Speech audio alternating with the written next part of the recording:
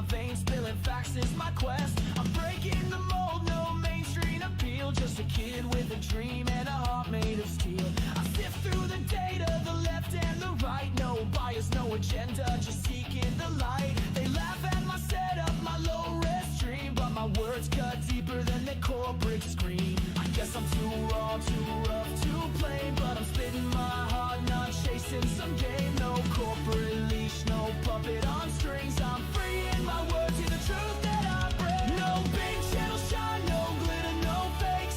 Minimal effort, just me and my takes. I'm speaking the truth, let the whole world know. Small time streamer, but that's how I roll. Do my words hit hard, give the system the chills. Minimal effort, no budget, no frills. I'm carving my path, let the fire erupt. Small time dreamer with a voice that's enough.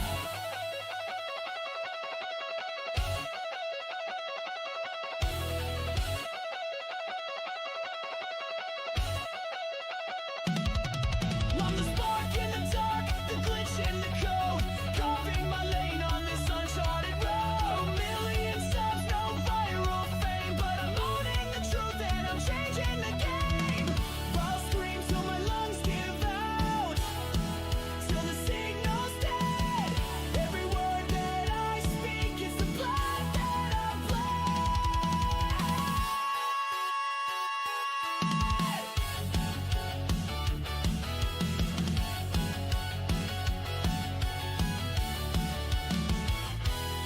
No big channel shine, no glitter, no fakes. Minimal effort, just me and my takes. I'm speaking the truth, let the whole world know. Small time streamer, but that's how I roll. Do my words hit hard, give the system the chills. Minimal effort, no budget, no frills. I'm carving my path, let the fire erupt. Small time dreamer with a voice that's enough.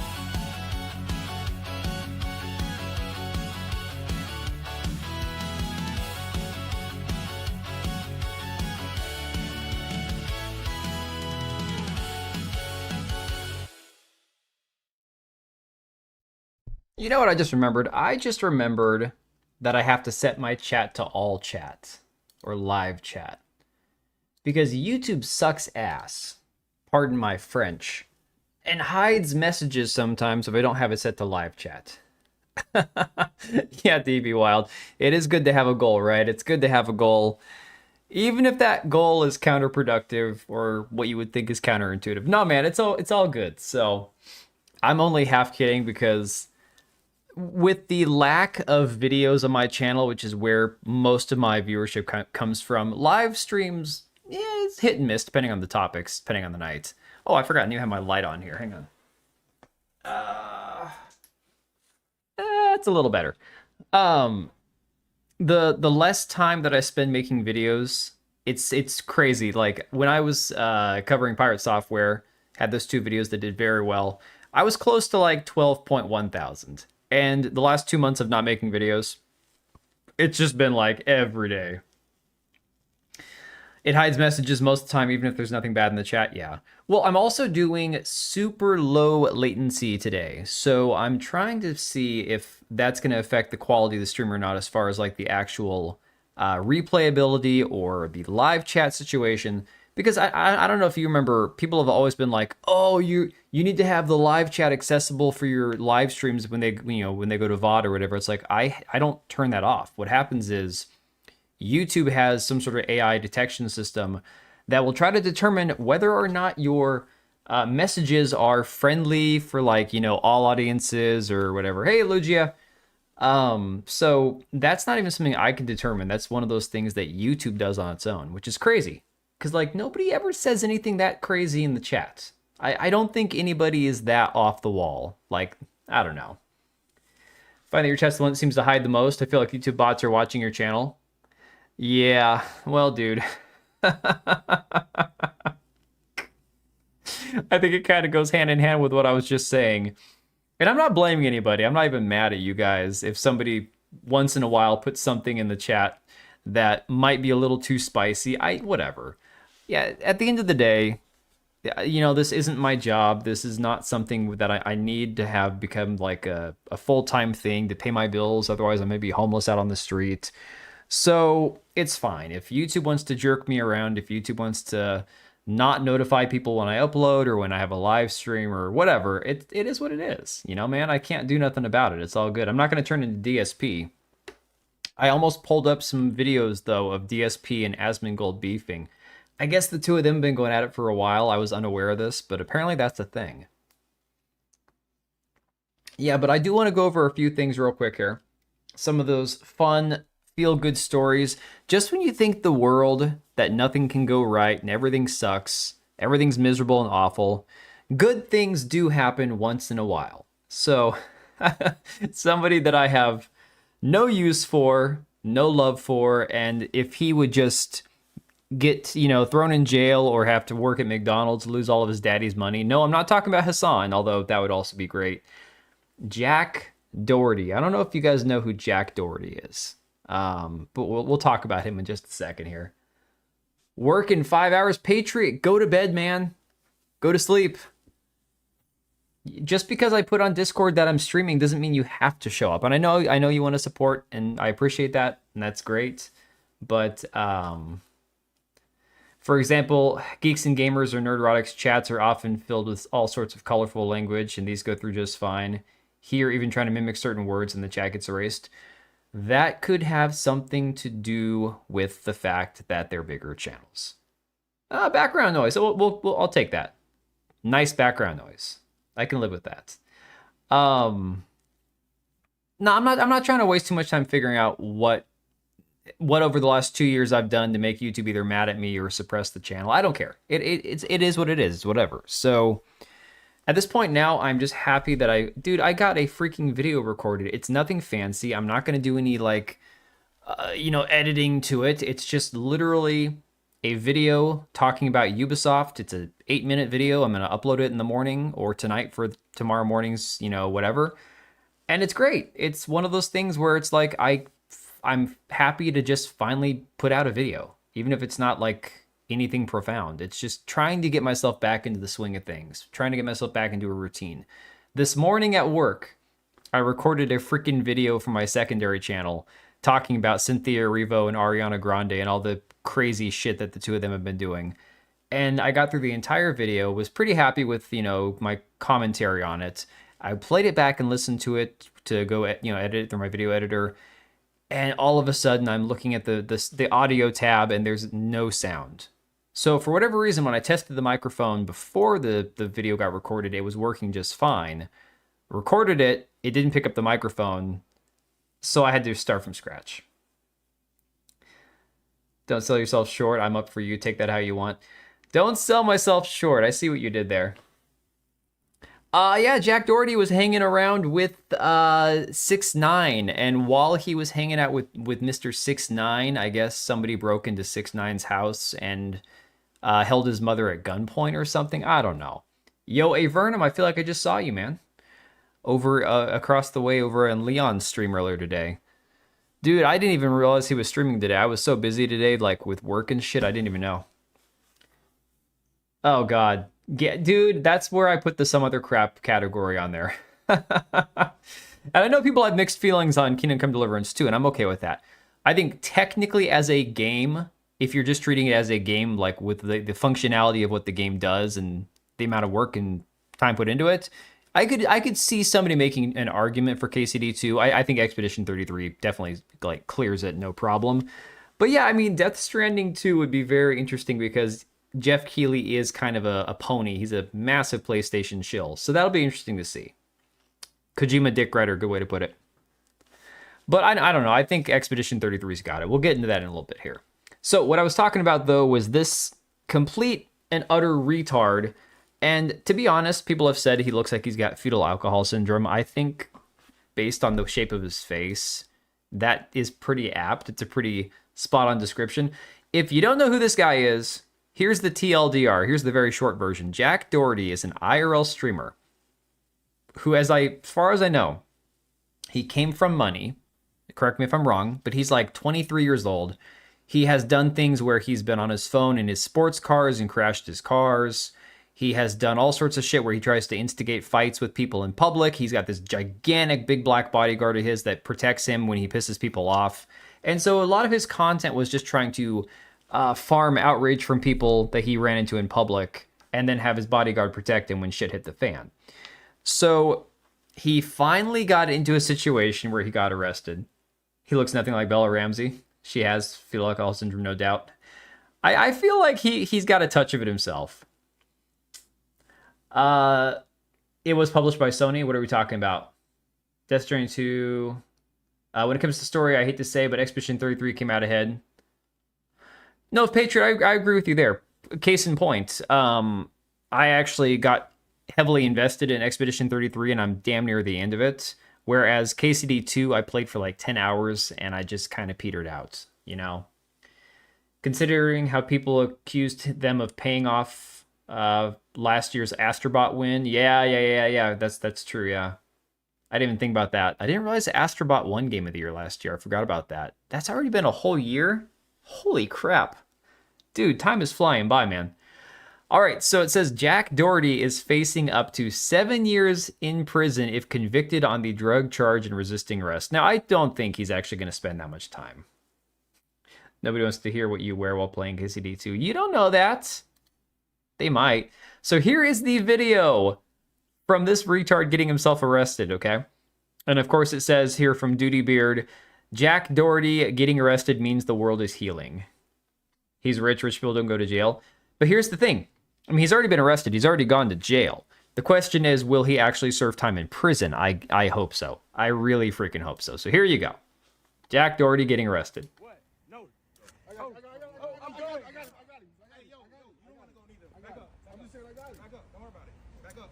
Yo, back up. Yo. Little retard's on his phone while getting arrested. Go to the sidewalk now. Go to the sidewalk now. You want to go with him? You funny. You want to be fucking funny. Go to the sidewalk now. You want to be funny? You say to get on the street, go on the fucking street. I don't know who the fuck you think you are, bro. No, you're fucking not. Like, after I fucking do this, who the fuck are you, bro? Dude, the cop telling him, who the F are you? I don't know who the F you are, bro. That's like the cream, like the frosting on the cake right there. That's just the cherry on top. I was trying to walk up the street, but Doesn't matter, bro. All you had to do was get in the fucking sidewalk. That's it. You want to be fucking funny. That's it, bro. What's crazy is this looks like one of those videos that's always staged, and then you find out later on, oh, this OnlyFans chick pretended to get arrested and staged her, you know, whatever. This actually happened. This is great. Yeah, I'm internet famous, exactly. Ninja Gaiden. JD. Great. Ninja Gay Yellow Paint.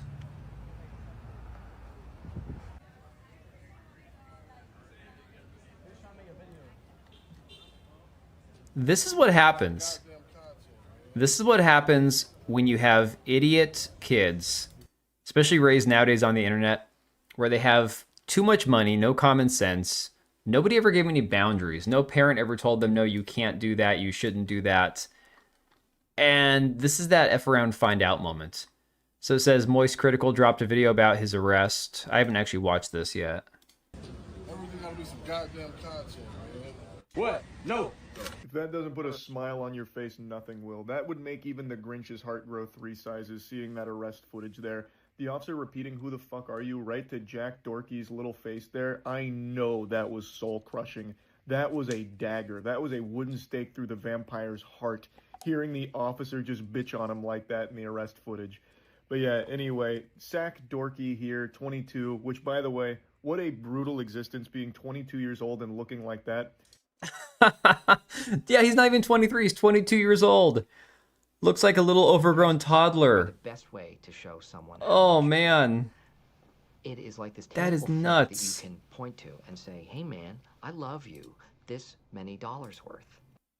Tipping. Still recovering my injuries from work. Well, Lucia, I appreciate the too, buddy. Hopefully you are doing okay. I know you guys were talking about it last stream about... actually, in Lucia, you're not on Discord.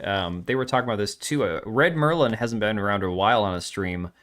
He was talking with a few of the guys in the Discord about work-related injuries and stuff. So hopefully you get back on your feet. Hopefully you recover soon. I know, trust me, having my own aches and pains that never go away on their own is not fun. So hopefully you heal up soon. Goober still looks like he puts his teeth under his pillow waiting for the tooth fairy to leave him a quarter. I wouldn't be surprised if this dude's asking for the coloring sheets at restaurants that he pays visits to. Even his mugshot, he looks like he's posing for the middle school yearbook or something. This guy just super sucks, and he literally looks like a baby man. It's got to be awful. It's actually just got to be truly terrible. But anyway, he was... Funny thing is, Charlie, Moist Critical, I think, is like my height. And without the facial hair, he'd probably look like a baby face too, and I'm the same way. So at least this is like, short king on short retard violence here. Charged with possession of a controlled substance, possession of marijuana, and resisting an officer without violence, according to the online booking records. The charging records accused Doherty of possessing amphetamine as well. So it's all drug charges.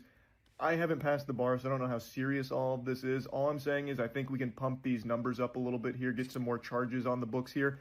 I think it requires a further investigation. There's a good chance he was transporting uranium-235 in his prison wallet. All I'm saying is we've got to take a peek. I definitely think there's some more charges we can find to slap on there for sure. Maybe there's some rumors of Jack Dorkey looking to steal the Declaration of Independence for some... I mean, anything we can throw on there to make sure that he actually goes to prison. I'm down.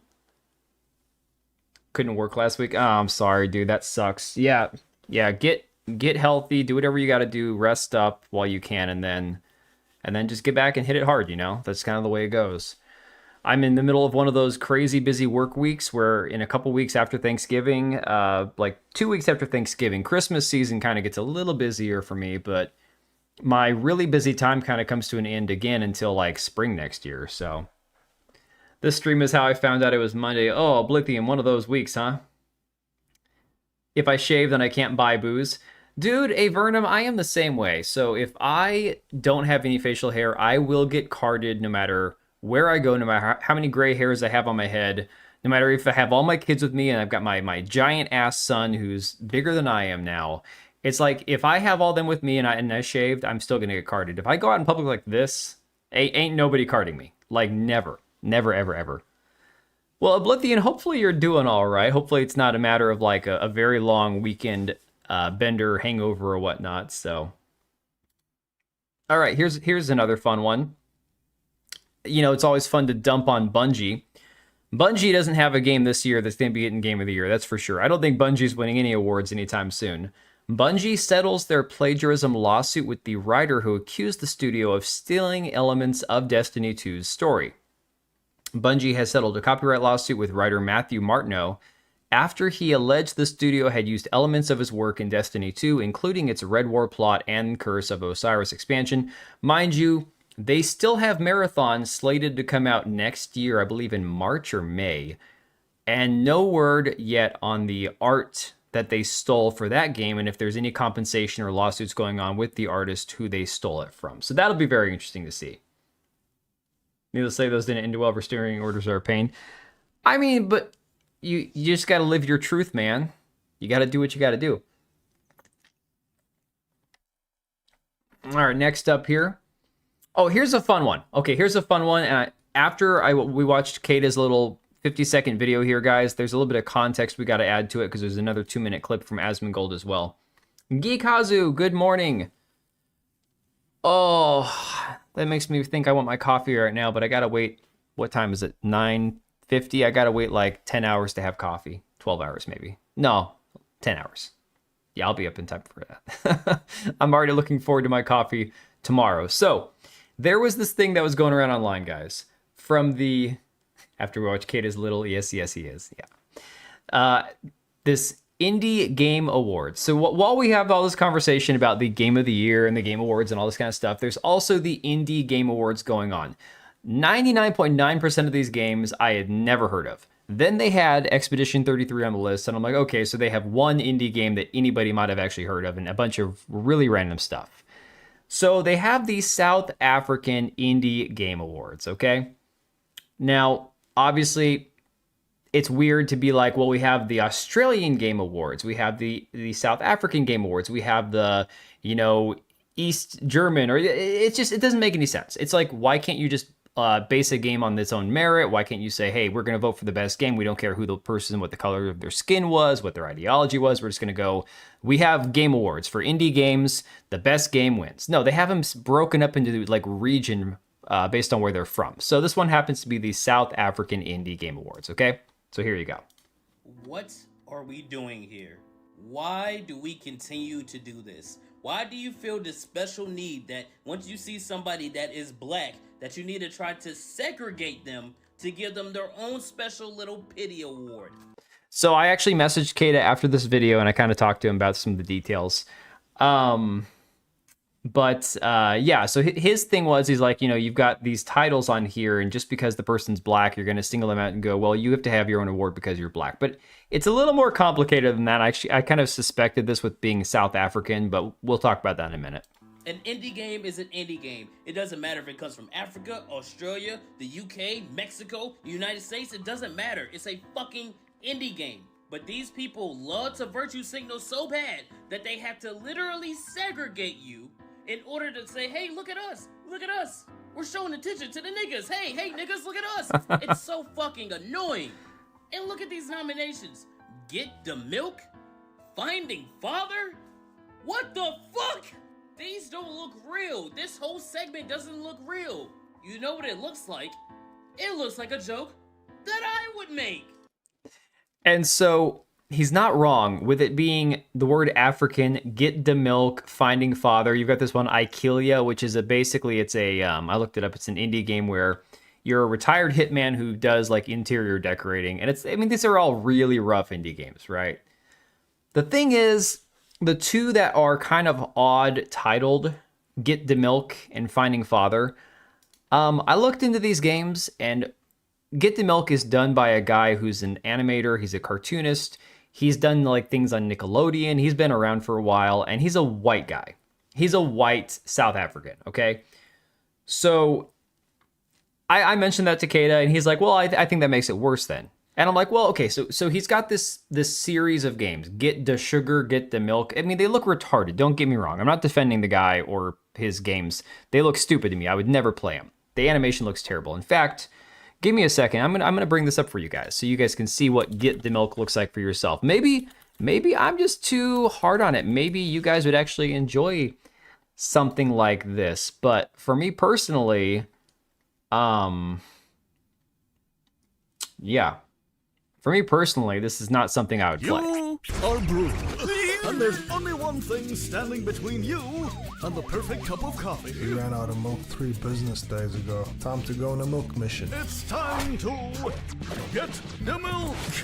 The journey is perilous and won't be easy. Yippee! Use your big brains to solve puzzles and point and click your way to victory. I mean, the dude walks with his hands in his underwear and shit. So honestly, I don't understand. Racist lips on that fellow. Well, that's the thing is, I think he's supposed to be white. I think. I don't know. Like, was this a white guy animating a black guy? Was the guy supposed to look black with like light skin? I don't quite understand. I'm surprised Reloaded never got nominated. Well, I mean, Reloaded's not out yet. Looks like a goofy modern Leisure Suit Larry style game. Yeah, not one that I would play. I'm South African. It's most likely white people that made those games. Well, that's the thing, Curtis. They are. This one here is done by McDog, and McDog is a single developer. He's a white guy, South African. He's been doing animating and all sorts of stuff for a long time. Doesn't mean that it's good. Doesn't mean that the game itself looks good. So when it comes down to it, the quality of the game aside, yeah. Meet a bunch of delightful weirdos of brew and boogie fame. I'm looking for something to lift up my Lamborghini. I'm actually unemployed. Because Black Cat, nobody's heard of this game. No one's played it. It has a total of 21 reviews. So this is not the same thing on the level of something that Toriyama would have, okay? Square Enix is a massive, massive company. This is a single developer. He publishes his own games, so... Well, no, Luigi, that's the thing. It's not for black creators specifically. The problem is, a lot of times people just see the word Africa and they think black, but South Africa has a very large white population, right? So it's the reason that it caught people off guard, I think, is because you hear the word Africa and you immediately think black people, not realizing how the demographics of that region might, actually look. Why are you being a bot, man? Stop being a bot. You're better than this, DB. Yeah, props to him for making a game, not something I would play. Exactly. I don't know where in his brain he thought it was a cool idea to have his character walking around with his hands in his underwear. Oh, is it only 7%? Wow, Tekla, I thought it was more than that. Wonder if that's changed in the last few years. Looks funny. I mean, that's the thing, Soulzine. So for some people, they might enjoy it. For me personally, there's not, like, I would not. There's nothing about this game that I would want to play. I think that they have the other one on here. Because they did these in, like, the episode 1, episode 2 type thing. Let me try developer. Yeah, so you've got episode 2, Get the Sugar, coming soon. So... again, he's going for this theme. It's, you know, getting milk for his coffee. It's not like it sounds with, you know, go to get milk and not come back. But no, Tekla, I didn't realize it was that small of the percent. I thought it was more than that. Looks fun. 20 years ago, it would have been a very popular Flash game. Those times are kind of over. Right, and that's unfortunate because like you said, that there's a lot of things that are dated, and that's kind of one of them. So the other one being... Finding Father. Finding Father was made by, actually there was a audio studio and the programming studio, both of which were comprised of a large percentage of white South Africans, a few black, one with had like an Indian or whatever. And so they were predominantly white people working on that game too. And it's just like a audio puzzle game. It's not like your father ran away when you were a baby and you're trying to track him down and find him. The jokes write themselves, and I get that. Hands in underwear is something we do here. Okay, Curtis, I didn't know that. I mean, I used to do that when I was a kid, don't get me wrong. I'd sleep at night with my hands in my pants down in my underwear to keep myself warm. But I didn't realize that was something that people still did. Person who posted them online in that order, though, hard to believe it was an accident. It just sounds funny. Might just have shrunk because many people immigrating. Oh, we're gonna get to the actual Game Awards. Yeah, no, we'll get there. Not the Indie Game Awards, unless you guys really want to cover that. But here is the Asmongold clip. It says he goes on to investigate who's behind this award show, and my God, I could actually show you guys that too. It's crazy. I think if it's what I'm thinking it is, I'll show you guys in a second what I'm talking about. African Indie Game Award. Poor swimming simulator.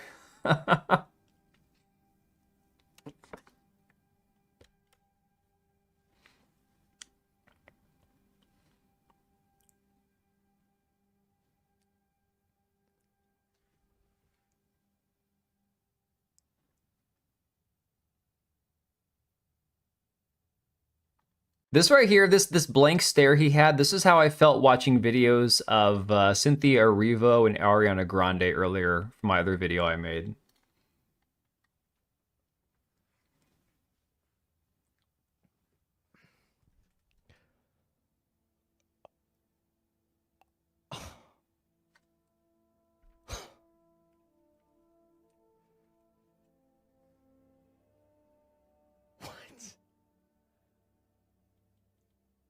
IKEA? What? Why would you say this?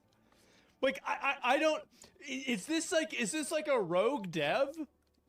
Like, I mean, it had to have been like, this is the top, like, in terms of like prime real estate, the top one in the middle is the prime real estate. And you put that one there, and you nominate that one. This is like, yeah, it feels like this is satire.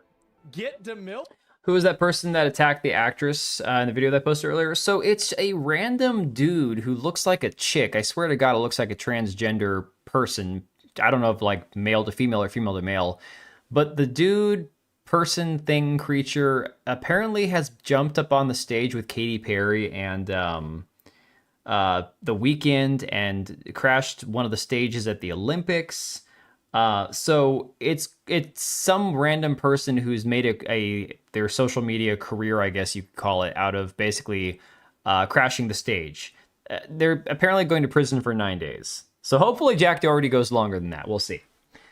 It's just African, not South African. No, I think they actually changed I think, hey, Pulse Mannequin, I think they changed the actual category name after all this stuff because it was South African and now they changed it to African, I think. Yeah, because when Kata posted this, it was before Asmongold's video. Fire. Get the milk? I get the milk, finding father, and I kill you. I can't, guys. This is crazy. That's crazy to me. You know, on Twitter, you have Blueska.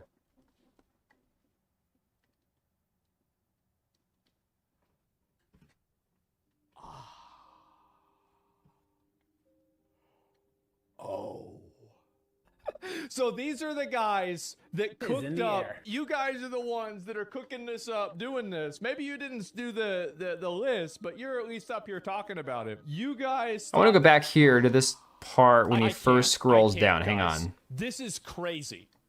That's crazy to me. You know, on Twitter, you have Blueska. Oh, you can barely see the blue hair. This right here, guys, is the Dragon Age Velguard accessibility consultant, the trans dude who thinks he's a woman with the blue hair, worked for IGN or Kotaku, one of those, wrote the article about how the Nintendo game was racist because the Japanese voice actress sounded like she was saying a racist word. Worked on Life is Strange Double Exposure as an accessibility consultant, writes a bunch of books about being queer. These are the people, Laura Kate Dale, I think his name is. These are the people who are judges and contributors to the Indie Game Awards. Now, this is the problem. Like, I love indie games. There's a lot of great indie games. There's a lot of like great AA games. And clearly, you can look at like, you know, the success of a lot of games this year, things like Escape from Duckov and Schedule 1, and even like, you know, Expedition 33, which is still technically an indie, even though it was a bigger game. And unfortunately, those aren't the games that these people are helping to contribute to, you know, shine a light on and try to promote. The games that these people are promoting usually are really shitty games that you find on itch.io that are basically some woman dealing with her menopause trauma or some, you know, the abortion simulator that we went and played it like a while back. Who the hell's making a mockery of my content? Is there an Asian Gaming Award with games like Walk This Way, Chop Chop Sushi Chef, The World in Panorama, Death Trap Crossing Lanes? You forgot my favorite, you know, like a walk simulator, something where you have to cook a cat or something, dude. Yeah, indies are also infected by it, but you know, the thing is indie devs can do whatever the hell they want. So you'll have a bunch of crazy blue-haired retard indie dev, you know, lunatics. And then you'll also have ones who are making absolute bangers, and the bangers are the ones that will sell. These people, anything that they're attached to, doesn't make any money, okay? It really doesn't. Should have seen Hassan almost crying tonight because he was snubbed because of the controversy he had. I saw clips coming out of there. I saw a few. Could just open the website, but I appreciate your attempt to protect us from her full visage. I mean, I've talked about this person before. I've done a lot of talking about Laura Kate Dale. I've done videos and articles on this person and their influence on all of it. But, you know, it is what it is, right? Now, I don't know if any of you guys are Snyderverse fans, but apparently there's a rumor that Saudi Arabia, once again, is buying another company, Warner Brothers this time, and that they are planning to reinstate Zack Snyder's DCEU. I hope to God this doesn't happen. I really do, because this would be, I don't know, it'd make for good content, don't get me wrong, at least to make fun of. But was the Snyderverse even good? Can anybody please tell me, like, was it actually good? I watched Batman vs. Superman. I didn't hate it. I understand why people hated the film, and I get it. I personally kind of enjoyed it and kind of hated parts of it.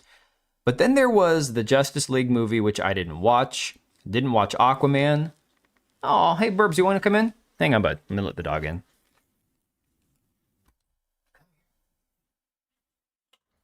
Come on. Dude, your bed's in here. Put your bed in here. Go lay down on your bed. What? All right, come here.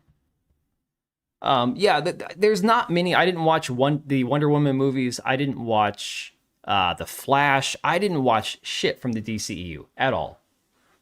Sucker Punch. I heard Sucker Punch was good. Saudi cinematic, Arabiverse. His Superman. Okay, I think I saw part of Man of Steel. But if I had to choose between Snyder and Gunn, it's no-brainer. I mean, that is true. Between Snyder and James Gunn, that's like, you know, Russian roulette, poison pill, whatever. I mean, it's 6 of one, half dozen of the other. I don't know. They both kind of suck, to be honest. But that being said, apparently that's something that's happening. Okay. Now, we were talking later on when we get to the Game Awards about streamers and just generally retarded people. Here's one that I don't understand. And before we get to, like, playing the video here, this is not victim blaming, okay? This is not me shaming the victim, because clearly, I mean, this girl, nothing happens to her in the video, just gets kind of stalked by some weirdo guy, right? But I don't really understand why women are surprised when they find creepy guys that want to follow them around and talk to them when they literally have like their entire tits hanging out, right? And again, I'm not saying that anybody should be harassed or that anybody deserves to be harassed for dressing a certain way. I'm saying, why are you shocked when you expect people to notice you? The creeps and weirdos are going to notice you as well. I don't know who she is, but she's got good jiggle physics. No idea. Strawberry Tabby is her username, right? Nolan's Dark Knight trilogy, anything after that was just a miss rather than a hit. The third movie was the weakest one in my opinion. I thought Dark Knight, the Dark Knight, then the first one, then Dark Knight Rises, I think was the third one, right? But yeah, play stupid games, win stupid prizes. So here you go. I'll play it on mute because there's really no point in listening to it. But yeah, you can see this dude over here off to the left, just following her around. Clearly, she's like, okay, I'm just going to keep talking because I don't know what to do. But I swear to God, how do those things stay in? I just don't understand it, right? Looks like some total California bro. He thinks he's going to get a piece of that at some point.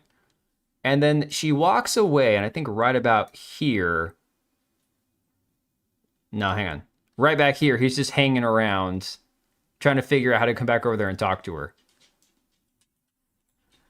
You know, with all the crap that we've seen the past couple of years, and especially like this year with Emaru at TwitchCon, having some dude walk up and straight up try to like kiss her, and everything else, we've seen streamers get into fights, harassed in Japan or Korea. I think we've seen streamers actually get stalked and murdered. I don't understand the mentality of these women who continue to put themselves out there like this with everything hanging out and then not realizing that they are making themselves targets, you know? Some probably want the creep attention. Oh yeah, Blithian, you're talking like the guys who are the women that go to the gym and set up their cell phone cameras trying to make men look at them so that they could then shame them for being creeps online, right?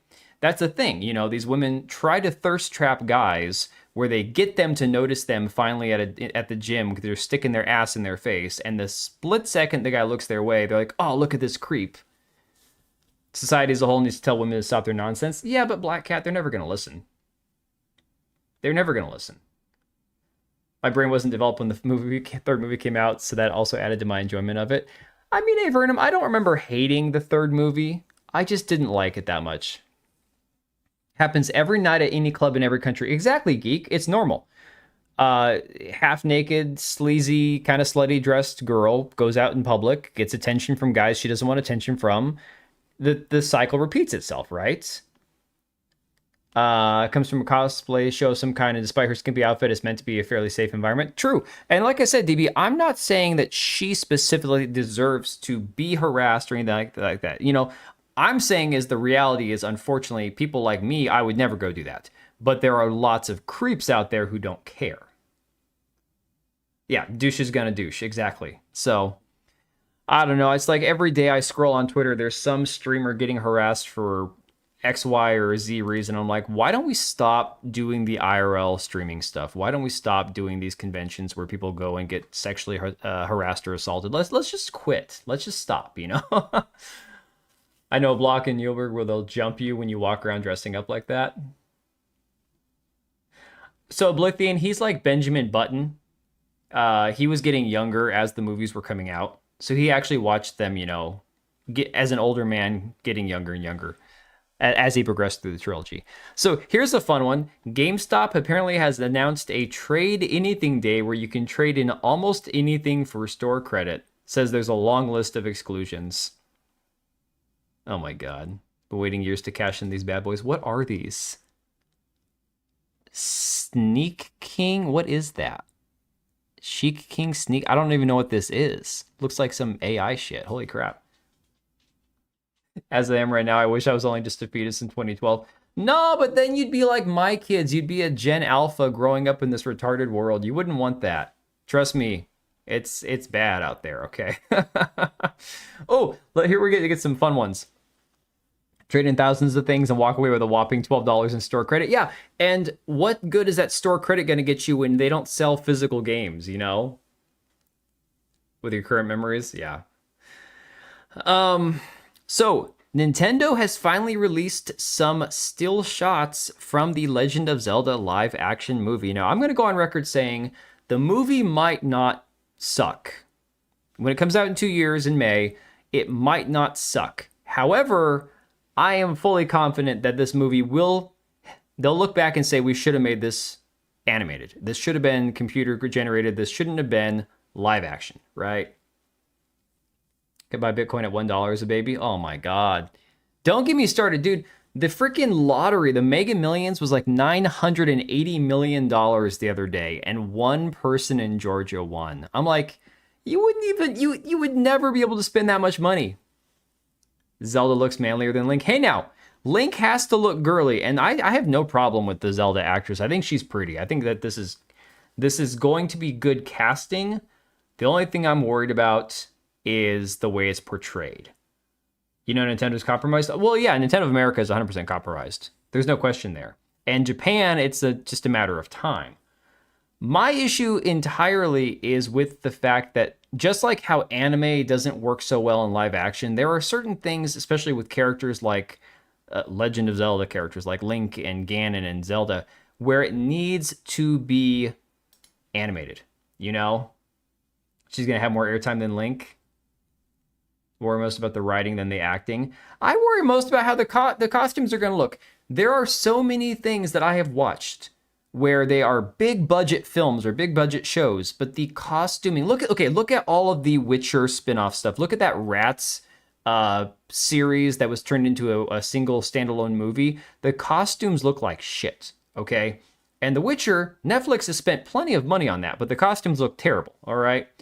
So my biggest concern, first and foremost, obviously acting and casting is important, but creating a believable world, and from that you also have to believe the characters are capable of doing the things that they're doing. So, for example, where's the dog at? Oh, he's laying over there. For example, look at the freaking Lord of the Rings movies. I love the Lord of the Rings trilogy, even all the things Peter Jackson did differently. They were still great movies, yada, yada, yada, fine. However, the crap that he did with Legolas, with the CG elf spinning in circles, and all that crap that he did, I'm sorry. Those were the only parts of the movie I truly hated. See Netflix, Witcher as a terrorist attack. Did Sheik ever use a bow? No. Sheik used like kunai or something, not a bow. Zelda had a bow, at least in the newer games. There's supposed to be elves. There are zero masculine. Right, and elves aren't going to be masculine inherently based on the way that at least they're portrayed in Legend of Zelda. Zelda is supposed to be an older teenage girl, while Link is supposed to be fairly younger, by at least 5 to 6 years. I know, but they're going to kind of have to maybe create their own their own story, because do you want to see a 19-year-old girl hanging out with like a 15-year-old boy? Nobody wants to see that. I'm sorry. Have you forgotten the ball sack armor with the... Oh no, Vernum, I haven't forgotten. I'm just saying that was the first thing that popped into my brain. Or like a Wheel of Time or Willow. Willow, the worst show ever made, and they had plenty of money because that was Disney. They had plenty of money to spend on it, but the costuming looked like garbage. I only played the ones where Zelda was not just female Link. That's all I thought about when I was 15. I mean, fair enough, Tekla, but again, I don't want to watch a horny 15-year-old chasing some girl who's like 19. So for me personally, that's not what I want to watch. Yeah, she was an archetypal mage. Yes. So the Zelda with the bow and arrow is a bit of a more recent thing. I don't want to say a retcon because it's not like established in lore. Zelda couldn't use a bow, but it's just one of those things where typically, like in the older games, she's always had like, a scepter or a wand or something, I think. So Of course, because of this today, I had to bring out the meme. And I understand that AI sucks, and it had to put, the people in the wrong order, and it said as Link twice. But I thought this was funny. I just said we were robbed and put this one out there because you got Hunter Schafer as Link, which all the retards on Twitter have been calling for a year now, practically, since they announced this movie. They wanted this dude to play Zelda. And of course, you got Bella Ramsey, aka fetal alcohol syndrome, what's her face off Last of Us, as Link. So, I mean, she would be more manly than the guy they have playing him. There's no doubt about that. But yeah, that was kind of a banger one. That did pretty well today. Nescafe ad from about 15 to 20 years ago that has better armor on the knights than anything released since they released these multi-million-dollar projects. Well, if you go back to the armor from the original, like back from the Lord of the Rings trilogy, Weta Workshop's armor that they created for those movies, absolutely stunning. Incredible, like crazy detail. Then you go to like Rings of Power, which spent 3 times the amount of money that the Lord of the Rings movies spent, and the armor looks like shit. Bella Downsy, yeah, there you go.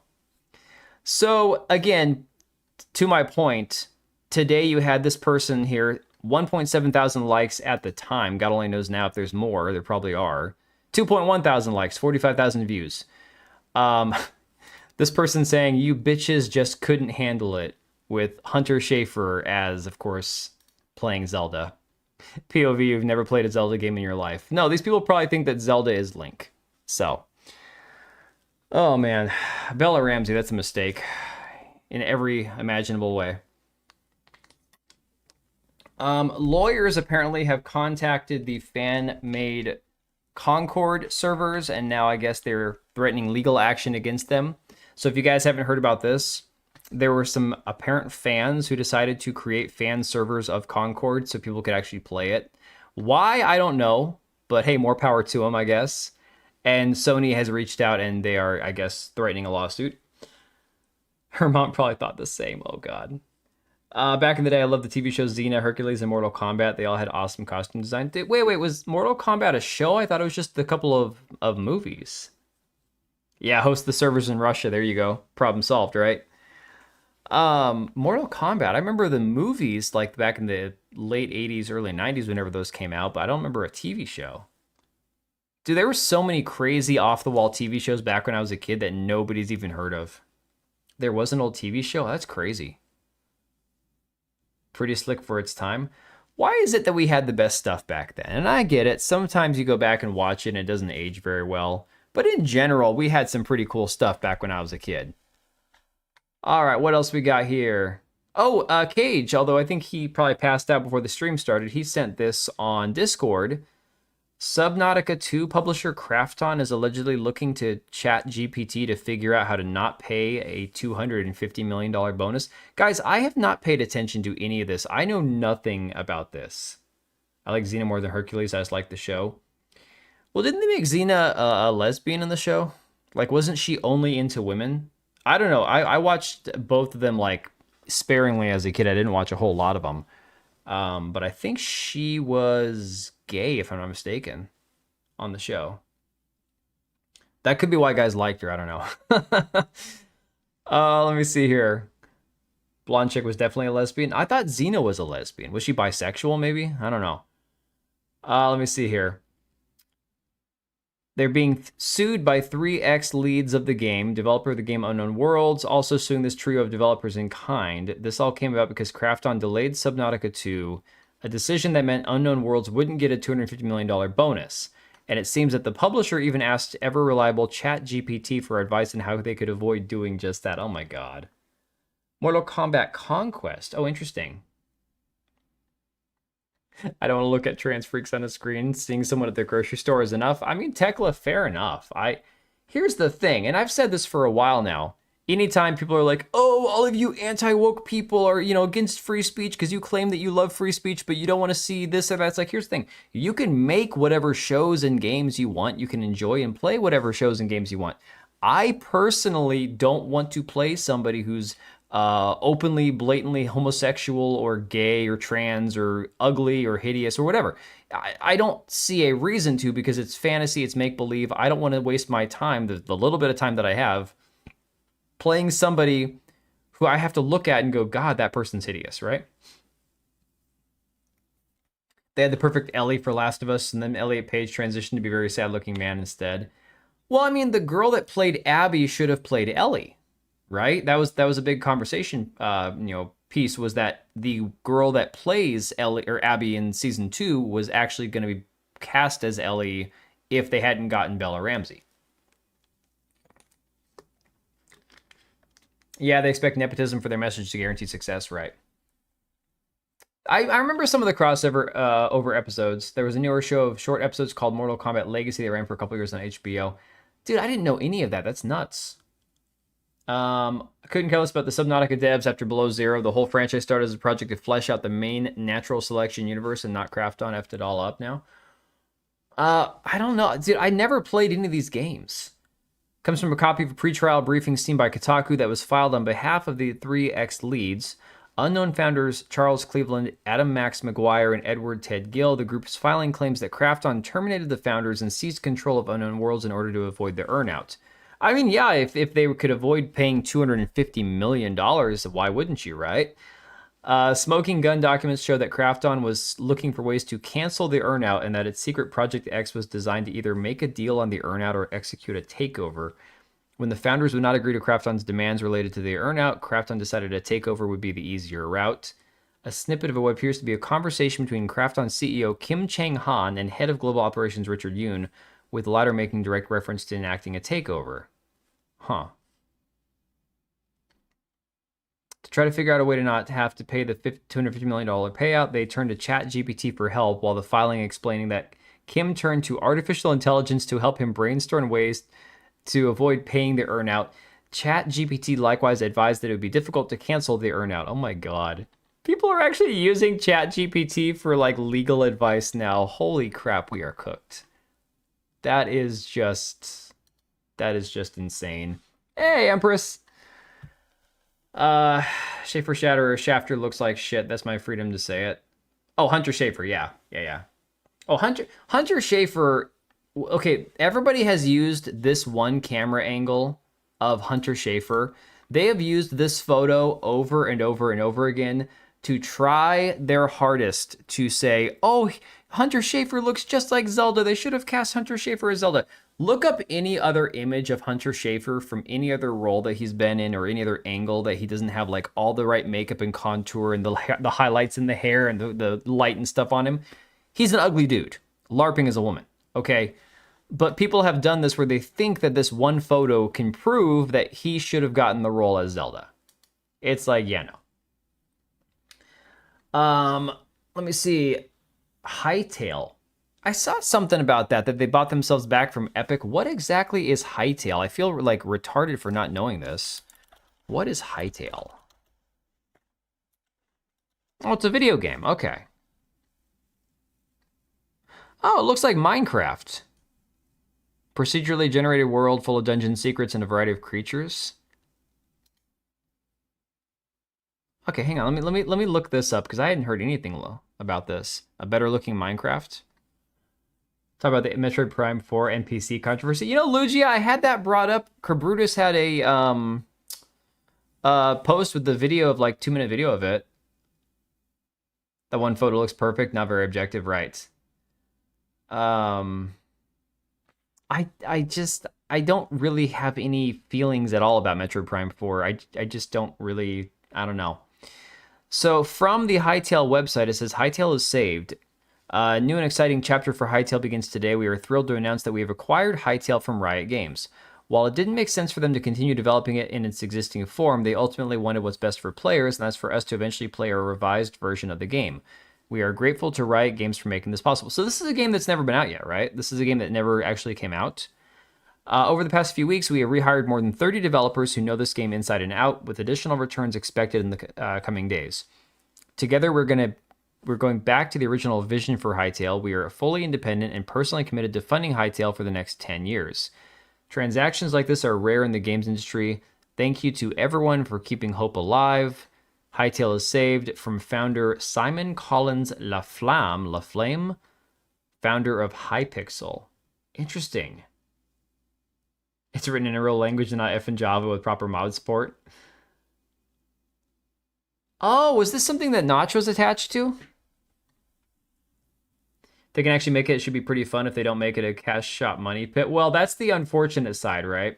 If they don't have the money, because this is no longer with Riot Games, and Riot Games decided it wasn't worth continuing. I don't know what they spent on it to bring it back, and who knows how much money they have to, like, you know, spend extra time developing this and adding content to it. So who actually even knows at this point? This is how we got here on June 23rd. Oh, a day before my birthday. It was announced the development of Hytale was ending and Hypixel Studios would wind down. When we saw the community's reaction, we knew we had to act. Although we hadn't been involved with Hytale since 2020, Hytale and its communities have always been something we cherished. We made an offer to Riot Games. Without knowing the full state of the project, we dove in headfirst, no risk, no Hytale. We negotiated the deal, hired 30 developers, secured funding. Oh, so they have funding. Okay. Dude, I mean, I don't know much about this, but if this is something that people were genuinely looking forward to and they kind of have this, like, you know, feel-good story surrounding it, this could actually do really well for the game long term. I mean, again, I'm not going to say, oh my God, this game's going to sell 10 million copies in the first month, because I know next to nothing about it. Like, I know nothing about it. Right, so Notch has been working on his own project, but he's talking about moving out of LA because apparently he's having a hell of a time being based out of LA and not being a lunatic. I don't know if they're connected. I can't recall, but there's some ultra high detail Minecraft-esque thing I saw as well. Interesting. I don't know. I mean, that's a pretty cool story, all things considered. I don't know if it's something that's going to work out for them long term or not, but you know, more power to them. This is the kind of stuff you love to see, right? All right. So speaking of stuff you love to see, breaking: Ubisoft has been acquired by someone, insiders claim. No official announcement yet. Now, this, of course, was yesterday, and I'm surprised there's no community note on this because it has not been confirmed. It's being speculated right now. But again, you just can't see enough of this stuff where Ubisoft is basically finding out at this point that they've effed around for far too long. So that brings us to this article today, and this is what I actually made my video on. That'll be out in the morning. So if you're here in the stream, it might be a little redundant to watch it tomorrow, but I did add some other stuff to it as well. From Grant Taylor Hill over at Insider Gaming, Ubisoft says people are playing fewer games, which makes new games struggle to stand out. This to me sounds like a load of bull. Like, to be honest, with the amount of players that we see and the amount of games that we see selling tens of millions of copies. I mean, look, okay. Prime example. Games like Kingdom Come Deliverance 2, which I think the negative press did drastically hurt the sales of that game, just hit 4 million copies sold this year alone, which is far faster than the first game sold. And it's a very niche kind of game. Then you got Expedition 33, a game that blew up out of nowhere. It passed 3 million sales in like the first month. You've got games like Escape from Duck-Off. You've got games like Ark Raiders. You've got games like Baldur's Gate 3. Who got how many millions of copies of that game sold? Monster Hunter Wilds. Again, live service, but still people had to spend money on it. So to make the argument that people are buying less games and spending less money on games, I think is complete and utter dog shit. Wish Ubisoft to be yoinked by the Saudis as well. Dude, if Ubisoft got bought up by Saudi Arabia, I would wear my Shamag head wrap thing on stream for the rest of the year. I will make that promise right now. If Ubisoft gets bought up, not by Tencent, but by Saudi Arabia, I will stream with that thing wrapped around my head for the rest of the year. Okay? 100%. Difficulties of the market A. They aren't looking in. What does Ubisoft make other than Assassin's Creed? Okay. Good question. That is a very good question, because remember, Massive Entertainment, which was part of Ubisoft, laid off a bunch of people, right? Then you have Tencent, who purchased 25% of Ubisoft, and they purchased within that the rights to start a new studio with Ubisoft in joint that took on Assassin's Creed. What is it? Far Cry? Is that the one that's also Ubisoft? And then one other franchise. Ubisoft, thank you, Splinter Cell. So Splinter Cell is another game that they were supposed to be working on a new one, and they canceled it this year. This is a semi-confirmed rumor, okay? Have they even done anything with the Anno series? Like, I looked at that game years ago and never picked it up. Most likely they had a clause against Tencent acquiring more than 10% of the shares. Well, they had, Rainbow Six, that's their cash cow right there, the microtransactions in that game. They had a big like there was a little bit of a controversy about like the acquisition of Ubisoft stock by Tencent and the actual investment and ownership percentage, because the Guillemot family is like, no, you can give us 50% of the money, but we're going to retain 90% of the ownership as far as like the decision making and shit. So they're trying to have their cake and eat it too. They're like, yes, give us your money, but let us make all the decisions. It's not going to work out that way. 100%. Riders, see, these are all games that I know the name of, some of which I own, only a couple that I've played, and none of which are in my rotation of games that I currently play. Yeah, Geekazu, I had a bunch of Ubisoft games up until I stopped giving a shit about the Assassin's Creed series. I owned every Assassin's Creed game, physical discs, up until Unity. The Unity was the last one I bought, last one I played, you know? You know, the only other Ubisoft game that I can think of off the top of my head that I've played in the last couple of years are the Mario Rabbids Kingdom Battle games, which are legitimately good games. But they're made... I think Ubisoft is just the publisher of those. I think that it was a different studio that made the games. But yeah, great games. Absolutely, you know, awesome stuff. Unity sucks. Yeah, I hated Unity. There are some people who liked it because, you know, the history side of it and the architecture in France and Paris and stuff. And sure, fine, that part was fine. The story was so bad. That one was trash. It was so terrible.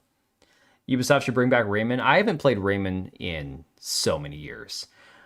All right, so in a recent filing with Companies House, Ubisoft's United Kingdom-based arm wrote a lengthy breakdown about the future development of the firm. This somewhat morbid telling of the tale of gaming suggested that a paradigm shift is occurring, one that's skewing the future of new single games in the wake of subscriptions and live service titles. Wasting no time, Ubisoft's representatives directly said that consumers are playing fewer games. This is such unbelievable cope. I'm sorry, this is complete and utter crap, okay? And the ones that they do play, they're playing for longer, which means that new single releases are struggling to compete and achieve the sales they may have once had. I mean, I could argue that there's, you know, there's nuance to be had there. You could debate how many people play the same game every day, and there's a large percentage of people that do, and a lot of those play like the battle royales, the free-to-play games with microtransactions. They're the people fueling the amount of money spent on microtransactions in the gaming industry. But in general, to say people are playing fewer games because they're playing them longer, I'm sorry, there are so many freaking games that have been doing incredibly well this year, sales-wise. I'm talking millions of sales after millions of sales. Indie games, AAA games, you know, small developed games like, again, freaking Expedition 33, which was on Game Pass and Steam and still sold millions of copies on Steam. I think the Doomer streamers kind of agree with Ubisoft, probably. Maybe stop making live service slop. This article, though, reads like, if you listen to what the actual quote is, we'll get to the quote here, it almost reads like Ubisoft is anti-live service, which is really weird because, I mean, most of their games have been more like the Assassin's Creed franchise, but their big cash cow is Rainbow Six, a live service game. It's the weirdest thing. Yeah, you know, indie games have been crushing it 100%. It's true that they do make games drag on with shallower gameplay, but we play what we play. People play what they want to play. They play what they enjoy. They play games, or they purchase games that they feel are worth their time. Maybe the issue that Ubisoft is seeing isn't an industry-wide problem. It's a Ubisoft-specific problem where they're not making games people want to play. I mean, go back to the fact that their last 3 or 4 big titles massively underperformed, right? Most of their other games currently are live service. I can't play offline any of their games now. Well, okay, yeah, so if you go back to like, well, I mean, Star Wars Outlaws you can play offline, can't you? But Skull and Bones, the quadruple A game from Ubisoft that was supposed to be the biggest next live service thing, utter abysmal failure, $850 million loss essentially on that game, right? Dude, I wanted to play Lies of P so bad, I just don't have time. There's no way. Hey, Visser Matt, I see your comments on my videos. I haven't seen you in the stream for a while. Nice to see you here, buddy. Very minor war going on within gamer communities. Multiplayer shooter kids hate single-player games and are very angry that the industry is learning to stop making massive debauch. I mean, it's stupid. Dude, there are so many people, and we'll get to this with the game of the year stuff in a minute here. There are so many people, Cabrutus is one of them, that have been shitting on Expedition 33 because they're like, oh, this feels fake. The love for this game is forced. People have been saying, oh, turn-based games suck, and for 20 years there hasn't been a good turn-based game, and now they love this game. It's like, I don't know anybody who said that. I've played, in the last 15 years, some awesome turn-based games. I don't know anybody who's just shit on turn-based games and then suddenly praised Expedition 33. Sometimes the infighting that people create out of nowhere between like genres and types of games, it blows my mind. It absolutely blows my mind. I'm like, what who's been saying this is bad? It's just crazy. Brawlhalla. Does Brawlhalla really count as a game? Honestly, I don't know about that one. All right, so so Asmongold. But I've seen Asmongold play games. I watched him play, Battlefield 6, and that was painful. I mean, there are lots of... Look, I can name on one hand, like, on my GameCube alone, Gladius was awesome, turn-based game. Third Age was awesome, turn-based game. The games I was just talking about, the Kingdom Battles game, the Mario Rabbids, fantastic turn-based games. And then, of course, there's Expedition 33. There's the classic Final Fantasy games. There are plenty of turn-based games that I think people actually love. It's just there's a very large percentage of people who hate turn-based games. I don't think it's people all of a sudden out of nowhere are praising a turn-based game after everybody's been shitting on it. I think I think the majority of people probably will dabble with turn-based games as long as the game is good or enjoyable. Metaphor's masterpiece. There you go. He said he doesn't like turn-based games, zero interest to him, which is fine. Yeah, I mean, everyone's allowed to be interested in what they in what they're interested in. You can't make turn-based games in current year. Square Enix was one of them. It's such a stupid thing to say. It is such a mindless thing to say that you can't make a turn-based game in current year. Guys, wasn't Baldur's Gate 3, came out 2.5 years ago? That's turn-based? I didn't play it, right? I'm asking, legitimately asking. A turn-based role-playing game. The game was massively successful. Yeah, Baldur's Gate 3, exactly. All right, so here's the quote from Ubisoft. The traditional full game model of selling a single 50 to 60 pound game to a consumer as a one-time purchase continues to become less ubiquitous, with multi-game subscription services, long-running games as a service titles, free-to-play games, and cloud streaming offerings, all providing new and attractive ways for consumers to access gaming content. That is true, but he's missing the fact that live service is not replacing single-purchase games. Look at the games we just talked about, okay? Arc Raiders is live service, but people were willing to spend the money on it. It wasn't free to play. Then you've got games like, again, Monster Hunter Wilds. Not a free to play game, but live service, but 60 or 70 bucks brand new. Kingdom Come Deliverance 2, Expedition 33, Hollow Knight Silk Song. Those games, none of those are live service, and they are all single purchase games. And people have been eating them up. Escape from Duckov, Schedule 1, a couple of indie games, not live service games. People are willing to spend money on. People are willing to spend money on games that they'll enjoy. That's what the reality is. And Ubisoft doesn't understand that because nobody's enjoying their games. Interview from 15 years ago where the moron who writes for Bethesda spent 30 minutes crapping on JRPGs and how they were dinosaurs and the West open world RPG was the future. Yeah, I wanted to pick up Duckov. I've been playing the hell out of Arc Raiders. Guys, if I wasn't streaming right now, and if I didn't make a video before the stream, if I wasn't going to make a video tonight, I would be sitting here for the last 2 hours playing Arc Raiders. Like, not even a doubt in my mind, that's what I would have been doing with my time. That game is so freaking good. Like, unbelievably good, how enjoyable that game is. So he says, consumers are playing fewer games, playing them for longer. Playing fewer games. And as a result, outside of a few notable exceptions, many new games are struggling to stand out and achieve the sales they may have once had.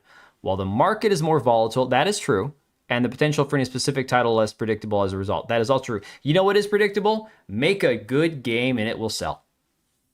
Now, what constitutes a good game? Is it easy to make? No, but that's why it doesn't need to be something where everybody's a game developer. You need people who are actually good at making games, making the games.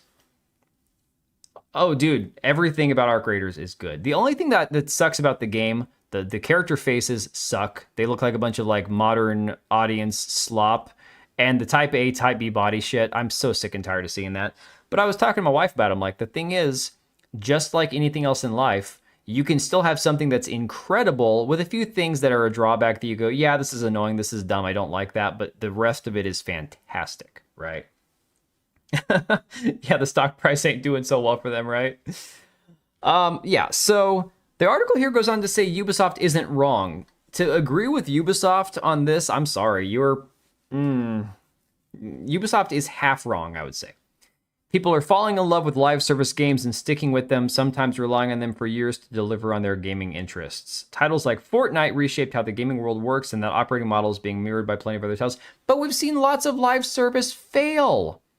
Wasn't it Ubisoft that had plans for like 3 live service games? Or no, Sony. Sony had plans for like 3 or 4 live service games, and they've kiboshed all of them. Literally, like they've pulled the plug on half a dozen live service games in the last couple of years. I don't understand how they're saying Ubisoft is right, everyone's playing live service, when you can just look at the games that are out there on the market and the amount of games that are selling that aren't specifically just live service. Blows my mind. That being said, let's get on to the Game Awards stuff before it gets super late. Although, guys, a little plug real quick. If you haven't bought Arc Raiders and you want to, link in the description down below. It'll put a few bucks in my pocket if you buy your copy of Arc Raiders through Instant Gaming. They also have other games and stuff on there too. But I can this is me legitimately saying, if you enjoy shooters at all, Arc Raiders, oh my god. Like, it is so freaking good. Now, it's not Game of the Year good. Shroud was out there saying Arc Raiders should be Game of the Year, not Expedition 33. That's a completely brain dead take. It should be best multiplayer shooter of the year. I have no problem with that. You could say best multiplayer game of the year, absolutely. But when it comes down to it, it's not Game of the Year. Helldivers 2 was the only successful live service game. It was definitely one of the most. When it comes to live service that had a buy-in price, I mean, you could talk about games like Apex Legends, which I think has a declining player base slowly over time. Fortnite, which somehow is still successful.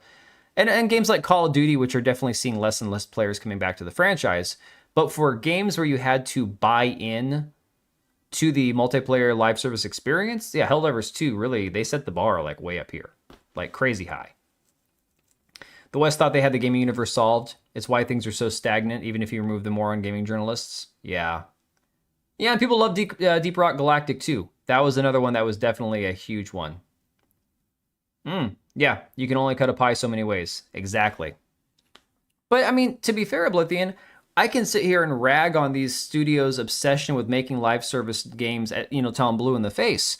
And the reality is they're still going to keep making them because of the microtransactions that come with them, and the microtransactions are what makes up half the gaming revenue. So, should play Helldivers, Deep Rock Galactic. Yeah, I downloaded Deep Rock Galactic, I think on my kid's computer a couple of years ago, last year. I think he played it for a little bit. It looked interesting. I watched somebody play it, 5 years ago. I never got around to it myself, though. Yeah, we'll talk about that too, Truth. 100%. We'll talk about that as well. Wouldn't mind a teammate every once in a while. All right, well, hey, Vernon, I'll take a look at it. We'll see if I actually have time. All right. So I was going to go to the Game Awards actual website, but the entire thing is freezing. Like, it won't load anything. I can't actually go to the sections, the nominees. I don't know what's going on. So I'm just going to go with what we have here on Twitter. You've got the most nominated games at the Game Awards. Obviously, number 1, you've got 12 nominations for Expedition 33, 7 nominations for Death Stranding 2 and Ghost of Yotei each. That kind of blows my mind, but we'll take a look at what the nominations are as soon as we can. 6 nominations for Hades 2, 5 nominations for Silk Song, and 4 for Split Fiction. All right, so we do have this little 10-minute video from the Game Awards that kind of breaks down all the categories. Since I haven't seen all of these yet, we'll go ahead and watch these together. I'm going to switch screens so we have full screen here. Here we go. What, do you want out? I'll let you back out. Hang on a second, guys. You want to go out there? All right, go on.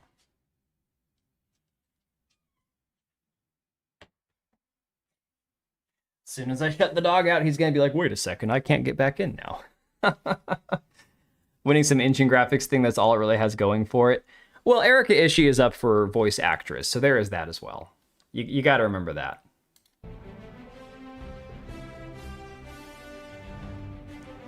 Hello, everybody. It's Jeff Keighley, and the Game Awards season is officially here, leading up to our live show streaming everywhere on Thursday, December 11th. Welcome to our 2025 Global Nomination Announcement Special. I should stream that from work. Every year, we come together as a community to celebrate and, of course, debate the absolute best in video games. And, of course, also get a look at what's next from our industry's most talented creators. This year, there have been so many incredible games created and updated, but only a handful have the honor of being selected as nominees for the Game Awards. Sleazy car salesman is right. Who's in the running? Well, you're about to find out as we reveal this year's nominees across all the categories, and you can help select the winners by voting at thegameawards.com. All right, should we do it? Here's the first category. Well, speaking of rigged, didn't this dude, Jeff Keighley, didn't he have like family money?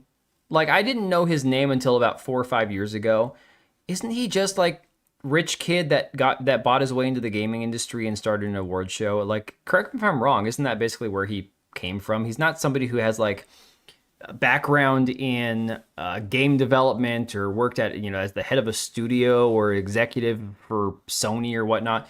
He's just like rich kid that got into Game Award shows, right? No, I mean, Avernum, that's the thing, is they technically, it's just like a reskinning of Ghost of Tsushima. It's just like a extended DLC with a different protagonist. For Best Performance, the nominees are Ben Starr for Clair Obscur Expedition 33. Now, before we do this Best Performance part, I think it's kind of messed up that Charlie Cox is up for Best Performance, given that he's only in a third of the game. And it wouldn't bother me because his part is so good, but I think it's the name recognition because he's Daredevil. But he said he recorded his part like in a day and he just didn't give a shit. So I don't know. I find that kind of weird. Charlie Cox for Clair Obscur Expedition 33. Erika Ishii for Ghost of Yotei. Yeah. Jennifer English for Clair Obscur Expedition 33. That one I would say yes. Konatsu Kato for Silent Hill F. And Troy Baker for Indiana Jones and the Great Circle. I heard Troy Baker did well as playing Harrison Ford, playing Indiana Jones. I just don't care because the game was just whatever. Gustav's very important, yes. No, Gustav's character, I think Ben Starr and the gal that played Mael, 100%. Fantastic acting. For Best Ongoing Game, the nominees are Final Fantasy XIV, Fortnite, Helldivers 2, Marvel Rivals, and No Man's Sky. Dude, that right there, No Man's Sky should be the winner. And I get it, Helldivers 2 has a lot of ongoing content and stuff and everything, but the redemption arc that this game has had is incredible. Like, they keep churning out free content after free content after free content and updates. Yeah, No Man's Sky really should be the winner here, not Fortnite. For Best Mobile Game, the nominees Who cares? are Who cares? Destiny Rising, Persona 5, The Phantom X, Sonic Rumble, Sonic Uma Rumble. Musume, Pretty Derby, and Wuthering Waves. Oh, wait. This is the one with the racing horse girls, right? Oh god, this one's gonna win. You know that Umasumi is gonna win. It's Uma Masumi, I think. Yeah. There's no way this one won't win. And Wuthering Waves. This year's nominees for Best Art Direction are Clair Obscur Expedition 33, Death Stranding 2 On the Beach, Ghost of Yotei, Hades 2, and Hollow Knight Silksong. I'm gonna say my prediction early is that Best Art Direction is gonna go to Hades 2. Because you know that the games journalists love the way that they portrayed all of the gods as like androgynous or fat or homosexual or whatever. So, just say horse girls is what it means? I didn't know that. For Best Score and Music, leveled up by Spotify, the nominees are Christopher Larkin for Hollow Knight Silksong, Darren Korb for Hades 2, Lorian Testar for Clair Obscur Expedition 33, Toma Otoa for Ghost of Yotei, and Woodkid and Ludwig Forsell for Death Stranding 2. All right, Expedition 33's got best score and music in the bag, 100%. Especially if for some weird reason it doesn't win Game of the Year. On the beach. The best audio design nominees are Battlefield 6. Okay, so as far as audio design goes, well, that's Black Cat, that's what I'm saying. Because it's ugly, it'll win best art direction. There's no question in my mind. It will win that one because of the fact that its art design is it's so hideous. For audio design, I don't mind Battlefield 6 being in here. It's actually got really good audio as far as, shooter games go. Claire Obscure Expedition 33. Yeah, the audio in Expedition 33 is pretty good as well. No, audio design would be like, how the sound effects that you have in the game, things that, add to the immersion and stuff. So for example, audio design in Arc Raiders. Arc Raiders, there's so much like the crunching under your feet, the splashing in the riverbed, shooting like a mile away. All those things that feed into the environment that you are immersing yourself in, those are created by the audio design of the game. Versus the music, which helps to set the mood and the emotion, the audio design is all the environmental stuff that you're experiencing.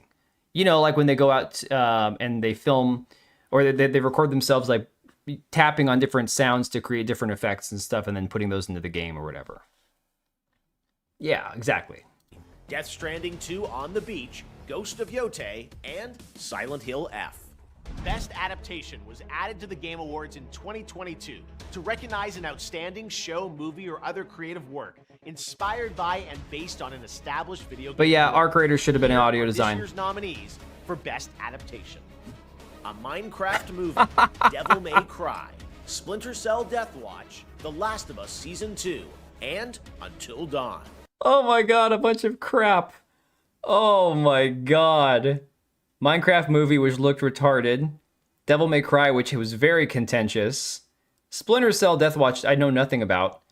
Oh no, I think I know something about this.